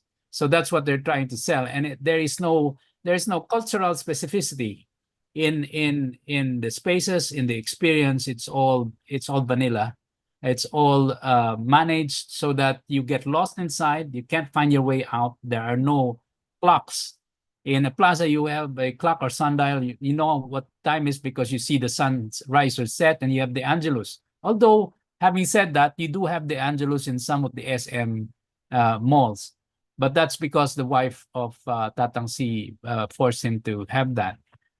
So it's a big question what we can make of the malls, but they are no replacement for public plazas and civic space. Thank you very much, Architect Alcazar, and thank you, Stephanie, for the question. Ms. Stats, are you now online? Yes, I am. Sorry about that. I wasn't unmuted.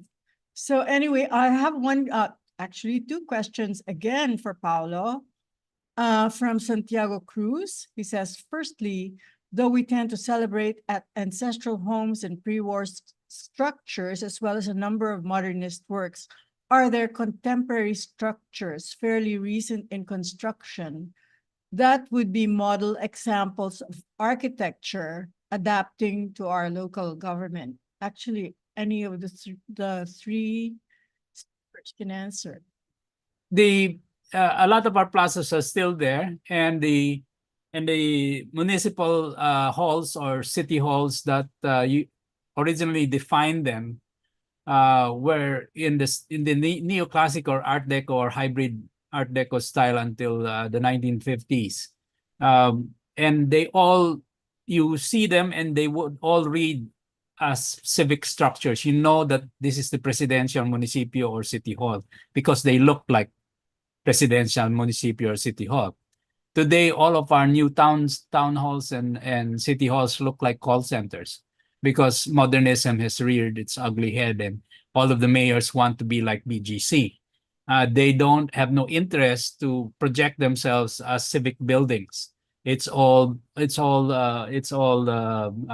design affectations which are derivative of what architects, see in or what the mayors see that they want their town to represent, which is to them quote unquote modernity and progress, and that's call centers or BGC type buildings. None of them look inviting. They are usually separated from the road by driveways and parking. Our old municipios and presidencias are built to the street. So we've lost a way of building where the buildings engage the street and or the spaces that they define. That's because we have turned into car-centric urban planning. So we can go back to and find a way to design our civic buildings in a more humanistic style. I'm not saying that we go retro and go full on neoclassic because for one thing it's very hard to pull off, and a lot of the ornamentation and craftsmanship have disappeared. But we can make more humanly scaled buildings, with actual will.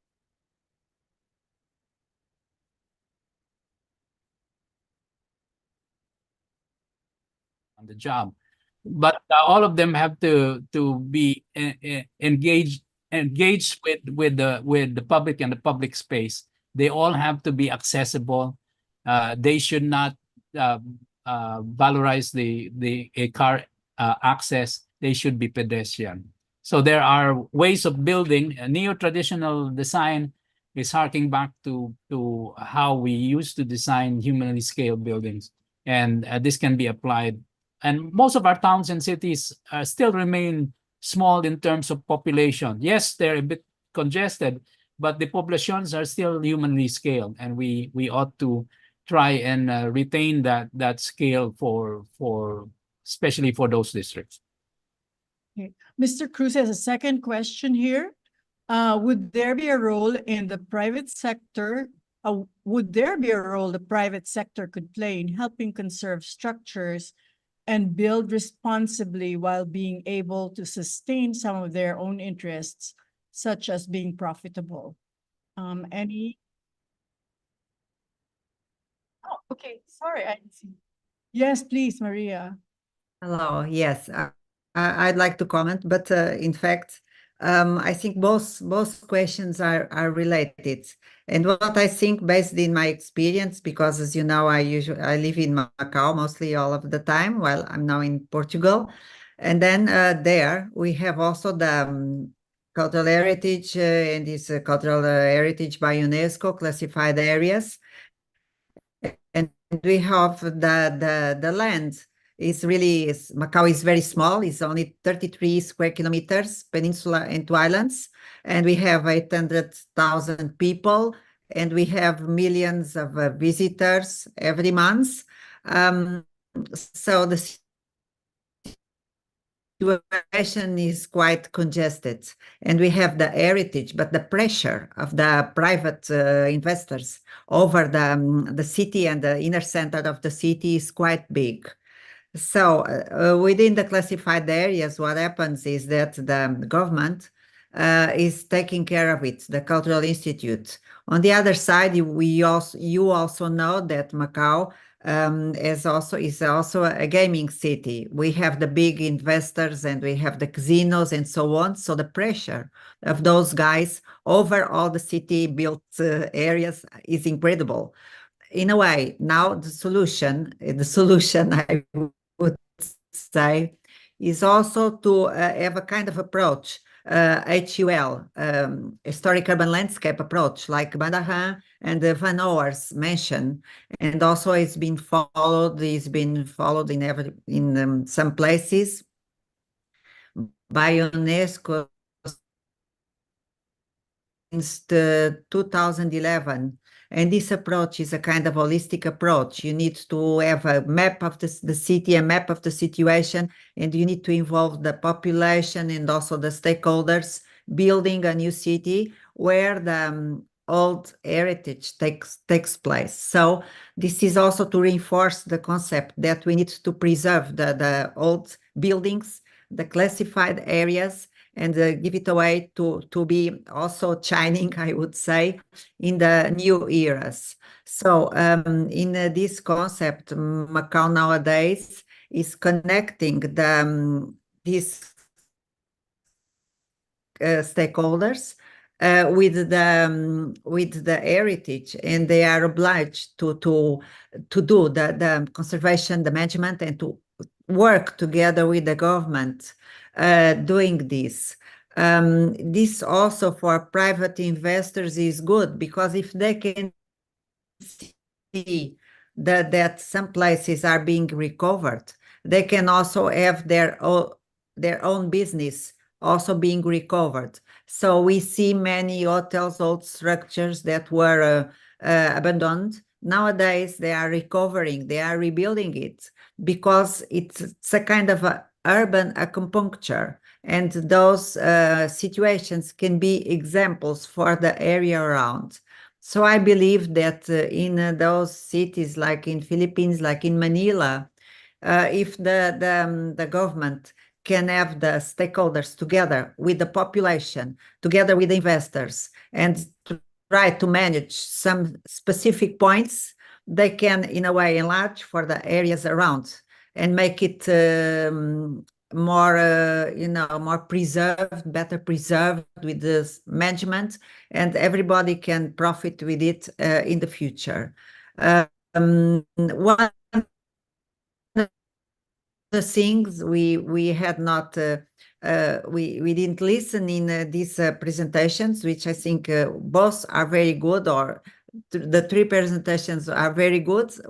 Have learned a lot, but we don't know up to now the specific role of the government related to heritage. How is this protection made? Perhaps this is subject for another webinar, because what is the legislation in practice? What plans for the future? How to preserve, how to connect the stakeholders with the old situations? This is everything that government needs to think about it, but this cannot be a process top-down. This should be also a process from down, from the people living there to the top. And this we need to listen about, and also need to make I will not say judgment.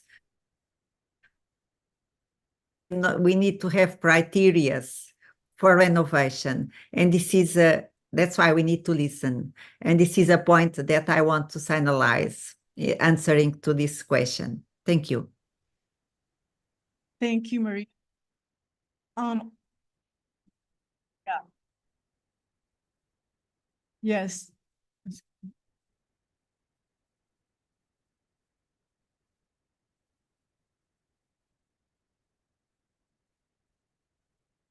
I'd like to add something to what Paolo and Maria said. First of all, regarding passive cooling in these houses, I think it's important to see these houses as a resource on a planet that is slowly burning, because these houses rely heavily on passive cooling, and we need that. Now, of course, I'm not saying that we should build the same way, but first of all, we should conserve these houses because they give valuable lessons on how houses can actually be cooled during the height of the hot season without having to rely on air conditioning unit. Also, there's some features of these houses that in fact were incorporated into international modern architecture of the 1940s and 50s. For example, it's interesting how Le Corbusier, for example, used canopies, brise soleil. No, he had lessons from canopies, what he saw in Europe and elsewhere, incorporated into his brise soleil or sunbreakers. Unfortunately, I noticed that contemporary buildings today see even this brise soleil and sunbreakers as old-fashioned. The fashion now is for having glass boxes, which are very bad for the environment and very bad for the residents inside. Regarding what Maria Jose said, yes, we really have to have designated landscapes within a large city like Manila. That is in fact what we're fighting for. We're fighting for example, a heritage zone in the central district of Manila called Quiapo. That my inspiration for that is actually Macau and Shanghai, which have these heritage zones within a landscape that is now being filled up with high rises on both sides. At least you have these high rise areas within where something of the heritage structures as well as the traditions of the past are still alive somehow. Thank you. Okay. Thank you very much, Dr. Josita. We have a comment and a question from Daniel Valleser. One is for Architect Alcazaran. I hope those kinds of restorations will be done in the province of Cavite. I hope this kind of talks will be shared to the local government units. Majority of the LGUs are eradicating the plazas, perhaps, especially when they move to another larger space. And he has a question to Architect Manalo. I'm very fascinated with old houses. My question is if younger generations would dream to regain the glory of Spanish era or old houses, would it be possible? So for Wow. Architect Manalo. So siguro he's asking about the economics. Can we still do it? Right. But that might exist on two fronts. One is the practical one, and one is like in a very romantic way. A lot of people see a lot of romance in these old houses, and I think that's one way of looking at it. The way that his question was phrased, no, it's glorious. It used to be beautiful, right? So to recuperate it would be to recuperate something of beauty, no, that we feel that we need these days. I mean, not everything has to be just straightforward practical. We need inspiration, right? So inspiration comes from all of these things that we've been discussing, but also in the practical sense. I like what was being said earlier about passive cooling and all of that. We worked on a house along the Pasig River, and recently we toured a group who was very, very surprised that when we opened the door to the balcony, they had water at the back of the house, and a huge body of water at that. And when they stepped out, they said, it's not so bad. It was actually cool. There was a breeze, right? And this is at the dead of Manila summer. I mean, this was a couple of weeks ago when we were experiencing 40, 50-degree heat. So it really proves to you that these houses serve as models. And I do agree if in a way these houses would serve as inspirations for developing technology, right? And developing solutions for ventilating buildings of the future, then so be it. We have to keep them alive to be able to learn from them, right? We have to keep the cities alive to be able to learn from them.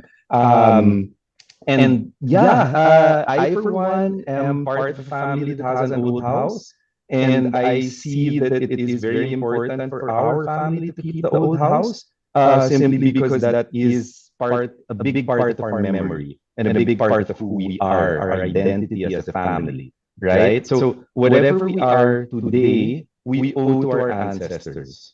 So for me, that house is a symbol of all of that. So whenever I see that house, I remember everything. I remember all of the lessons, good or bad, right? So without all of these reminders, then we're lost. Okay. Thank you very much, Architect Manalo. Ms. Tats, do you still have questions from your end? There's a question here from Humphrey Benya, and this is for Architect Alcazaran. Why would it matter if we favored old and classical designs over modern ones, considering the enormous impact of modernism on our civic buildings? We're not really favoring old and classical designs. You can't replicate. You can't bring back the past because the context has totally changed. We just need to conserve what we have so we can, as Miko said, learn the lessons from that. But we have to understand the context of what we need to build in a lot of the central course or heritage course of our cities and towns. It's a matter of finding structures that can house contemporary use. And a lot of the empty sites are what's called urban infill sites, where you would try to build something that respects the neighboring heritage structures, but is contemporary in use. And it can be contemporary in materials and technology, but it has to be humanely and human scaled in design. And that's a question of the solution would be strict zoning and urban envelope control. That means you stipulate how you build the buildings, the floor-to-floor heights, the respect of cornice lines, so you don't have varying too many variants in the floor-to-floor heights, so they relate to each other. You don't have a silhouette that strikes to different from the other. So you're respecting your. It's really respect for your neighbors. The tendency, however, of architects and modern architects is all architects have egos bigger than buildings. So they want to make a statement, but the statement that is made in this heritage districts is the district itself. It's not the single building. You can be distinctive in up to a certain point, but you don't disrespect your neighbor by overshadowing them with fancy parametric design and stuff that really doesn't make any sense in any case. And the functions inside don't improve in any case. What's very important is don't put any blank walls. Make sure you have lots of windows and ventilation. Make sure that people can relate, especially at the ground level. For urban designers, what modernist buildings does is to shut people out because they want to be different. They have this blank wall of concrete or steel or glass, and it doesn't welcome anyone. It just shuts people out. So it's respect for the district, respect for the heritage, and respect for actually respect for human beings who have to use the space. A lot of the modernist buildings that we see splattered over in magazines are actually, when you visit them, quite unlivable in. And who can Filipinos really live in a minimalist house? That's one question I always like to ask, because none of us are minimalists really. And even in our culture, we don't have a minimalist culture. So why turn, I'm sorry, Japanese? And I'm just saying that in a broad sense. But we need to develop this a new Filipino style and aesthetic in architecture that learns all of the lessons from the past, but acknowledges that our culture has changed, and the needs of people have changed, and we need to bring our towns and cities into the 21st century. Zaren. We still have questions here from Gerald Abalos, and this is for Architect Manalo's topic. Is it a holistic heritage approach to restructure an ancestral house from traditional wood and stone into steel frame post and beam structure? So, Question. And I think it's a very timely question, especially when you're talking about materials and the scarcity of materials. So wood is not a very accessible material these days, and when you look at the woods that were used in these old houses, they were all premium. They're really all premium woods. So now it's very hard, it's very difficult to find these woods. But you know, when you go to other countries, there are ways in which they integrate new materials, like for example, what you were saying, steel, or even concrete. There are ways to integrate it in a very friendly manner that doesn't really distort the heritage values of a house. So yes, that's actually very, very possible. You just have to find that balance.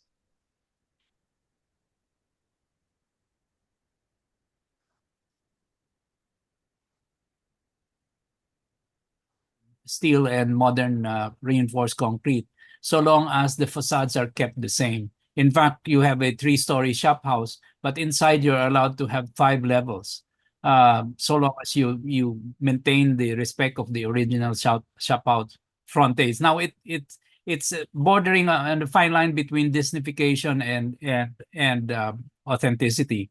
And to a certain extent, this principles can be applied if the facade is already there at the start, and if you didn't demolish it like the Central Market in Iloilo, then you must keep it, and then you're free to do your internal retrofits to generate higher floor areas. So in fact, in the heritage districts in Singapore and parts of Malaysia, they allow the 3-story frontage.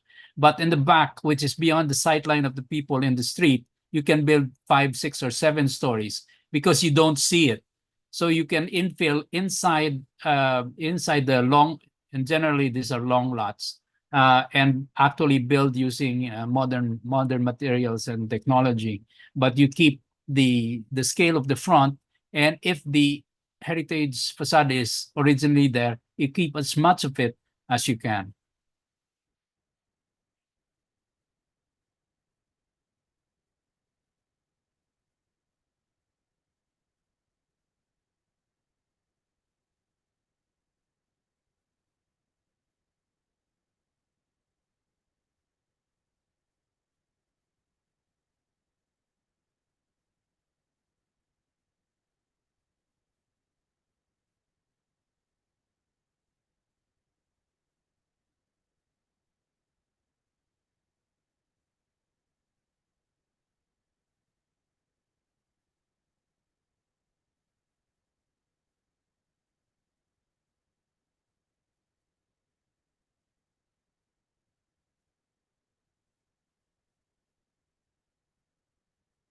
Old houses and cells, and in fact, we had to use a steel structure.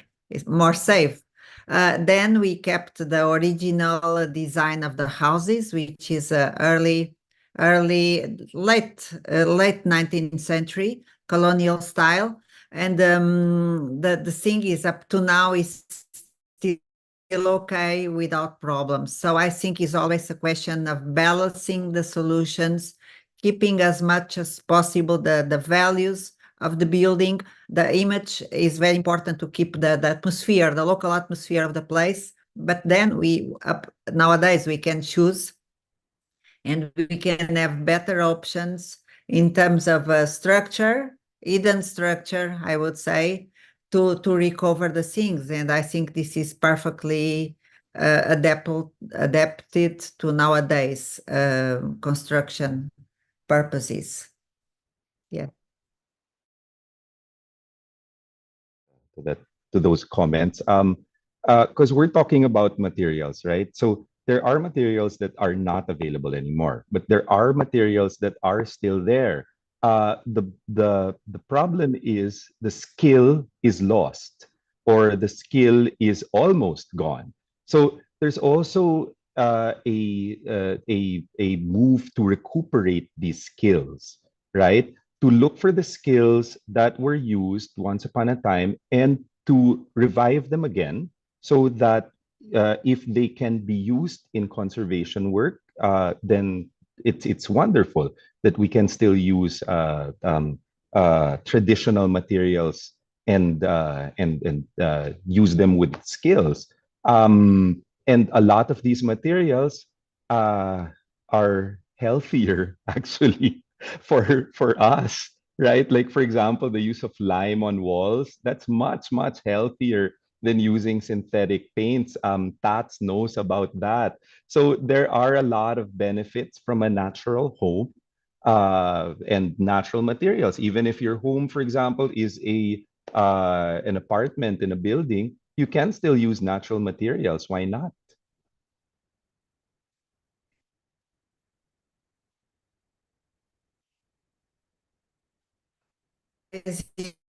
All of us, we care about the environment.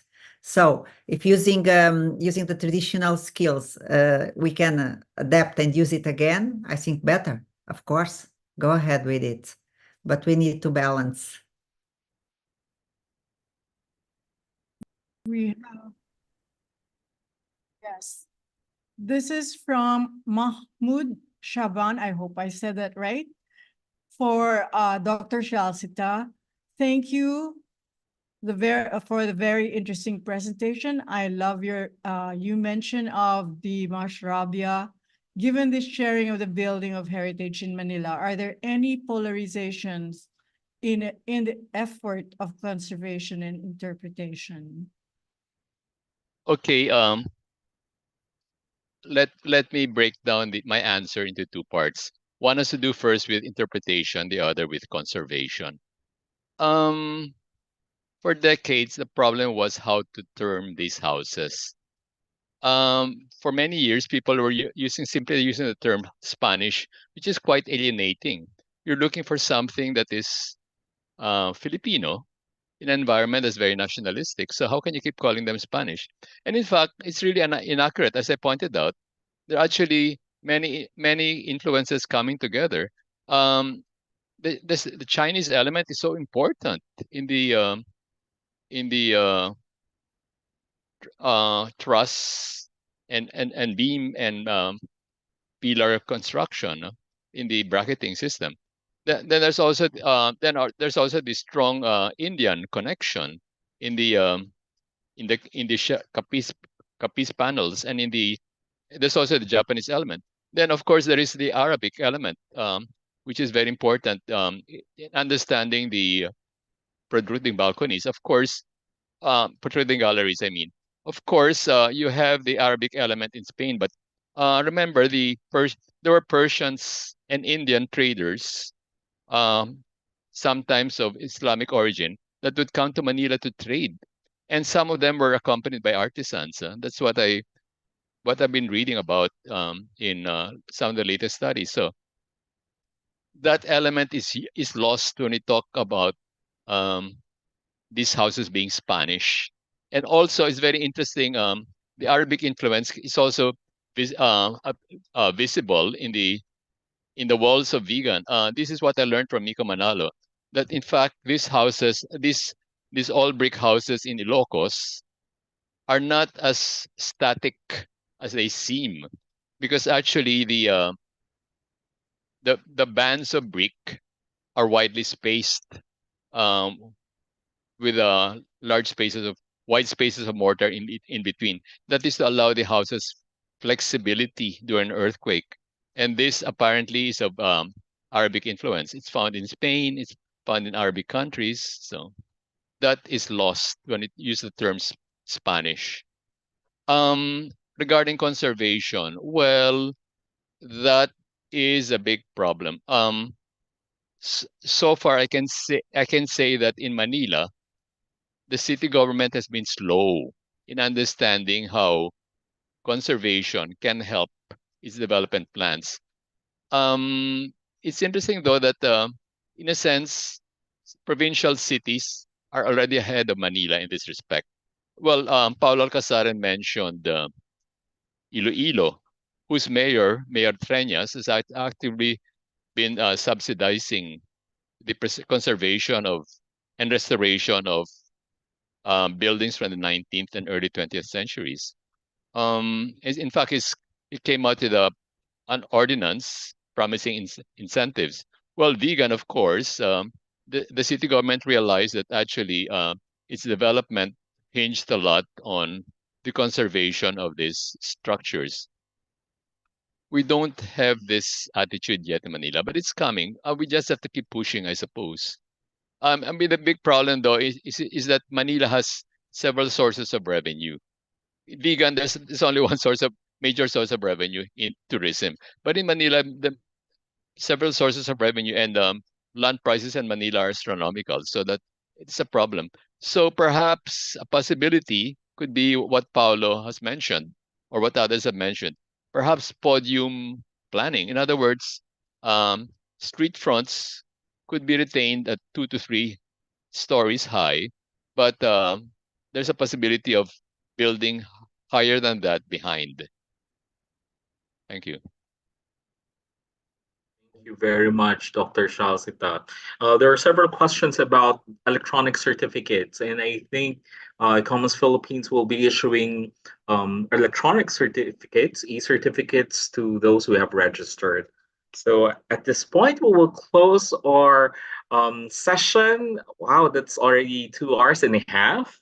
And I would like to thank all the speakers we have: Dr. Shalsita, Architect Alcazaran, Architect Manalo, and Architect De Freitas. Thank you very much for sharing your time, your knowledge to all our viewers in this webinar.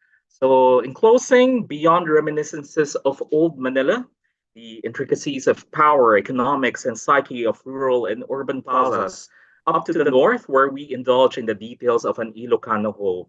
This presentation is not about the old and the fading. It is about reviving our interest in knowing who we are in our houses, families, and communities.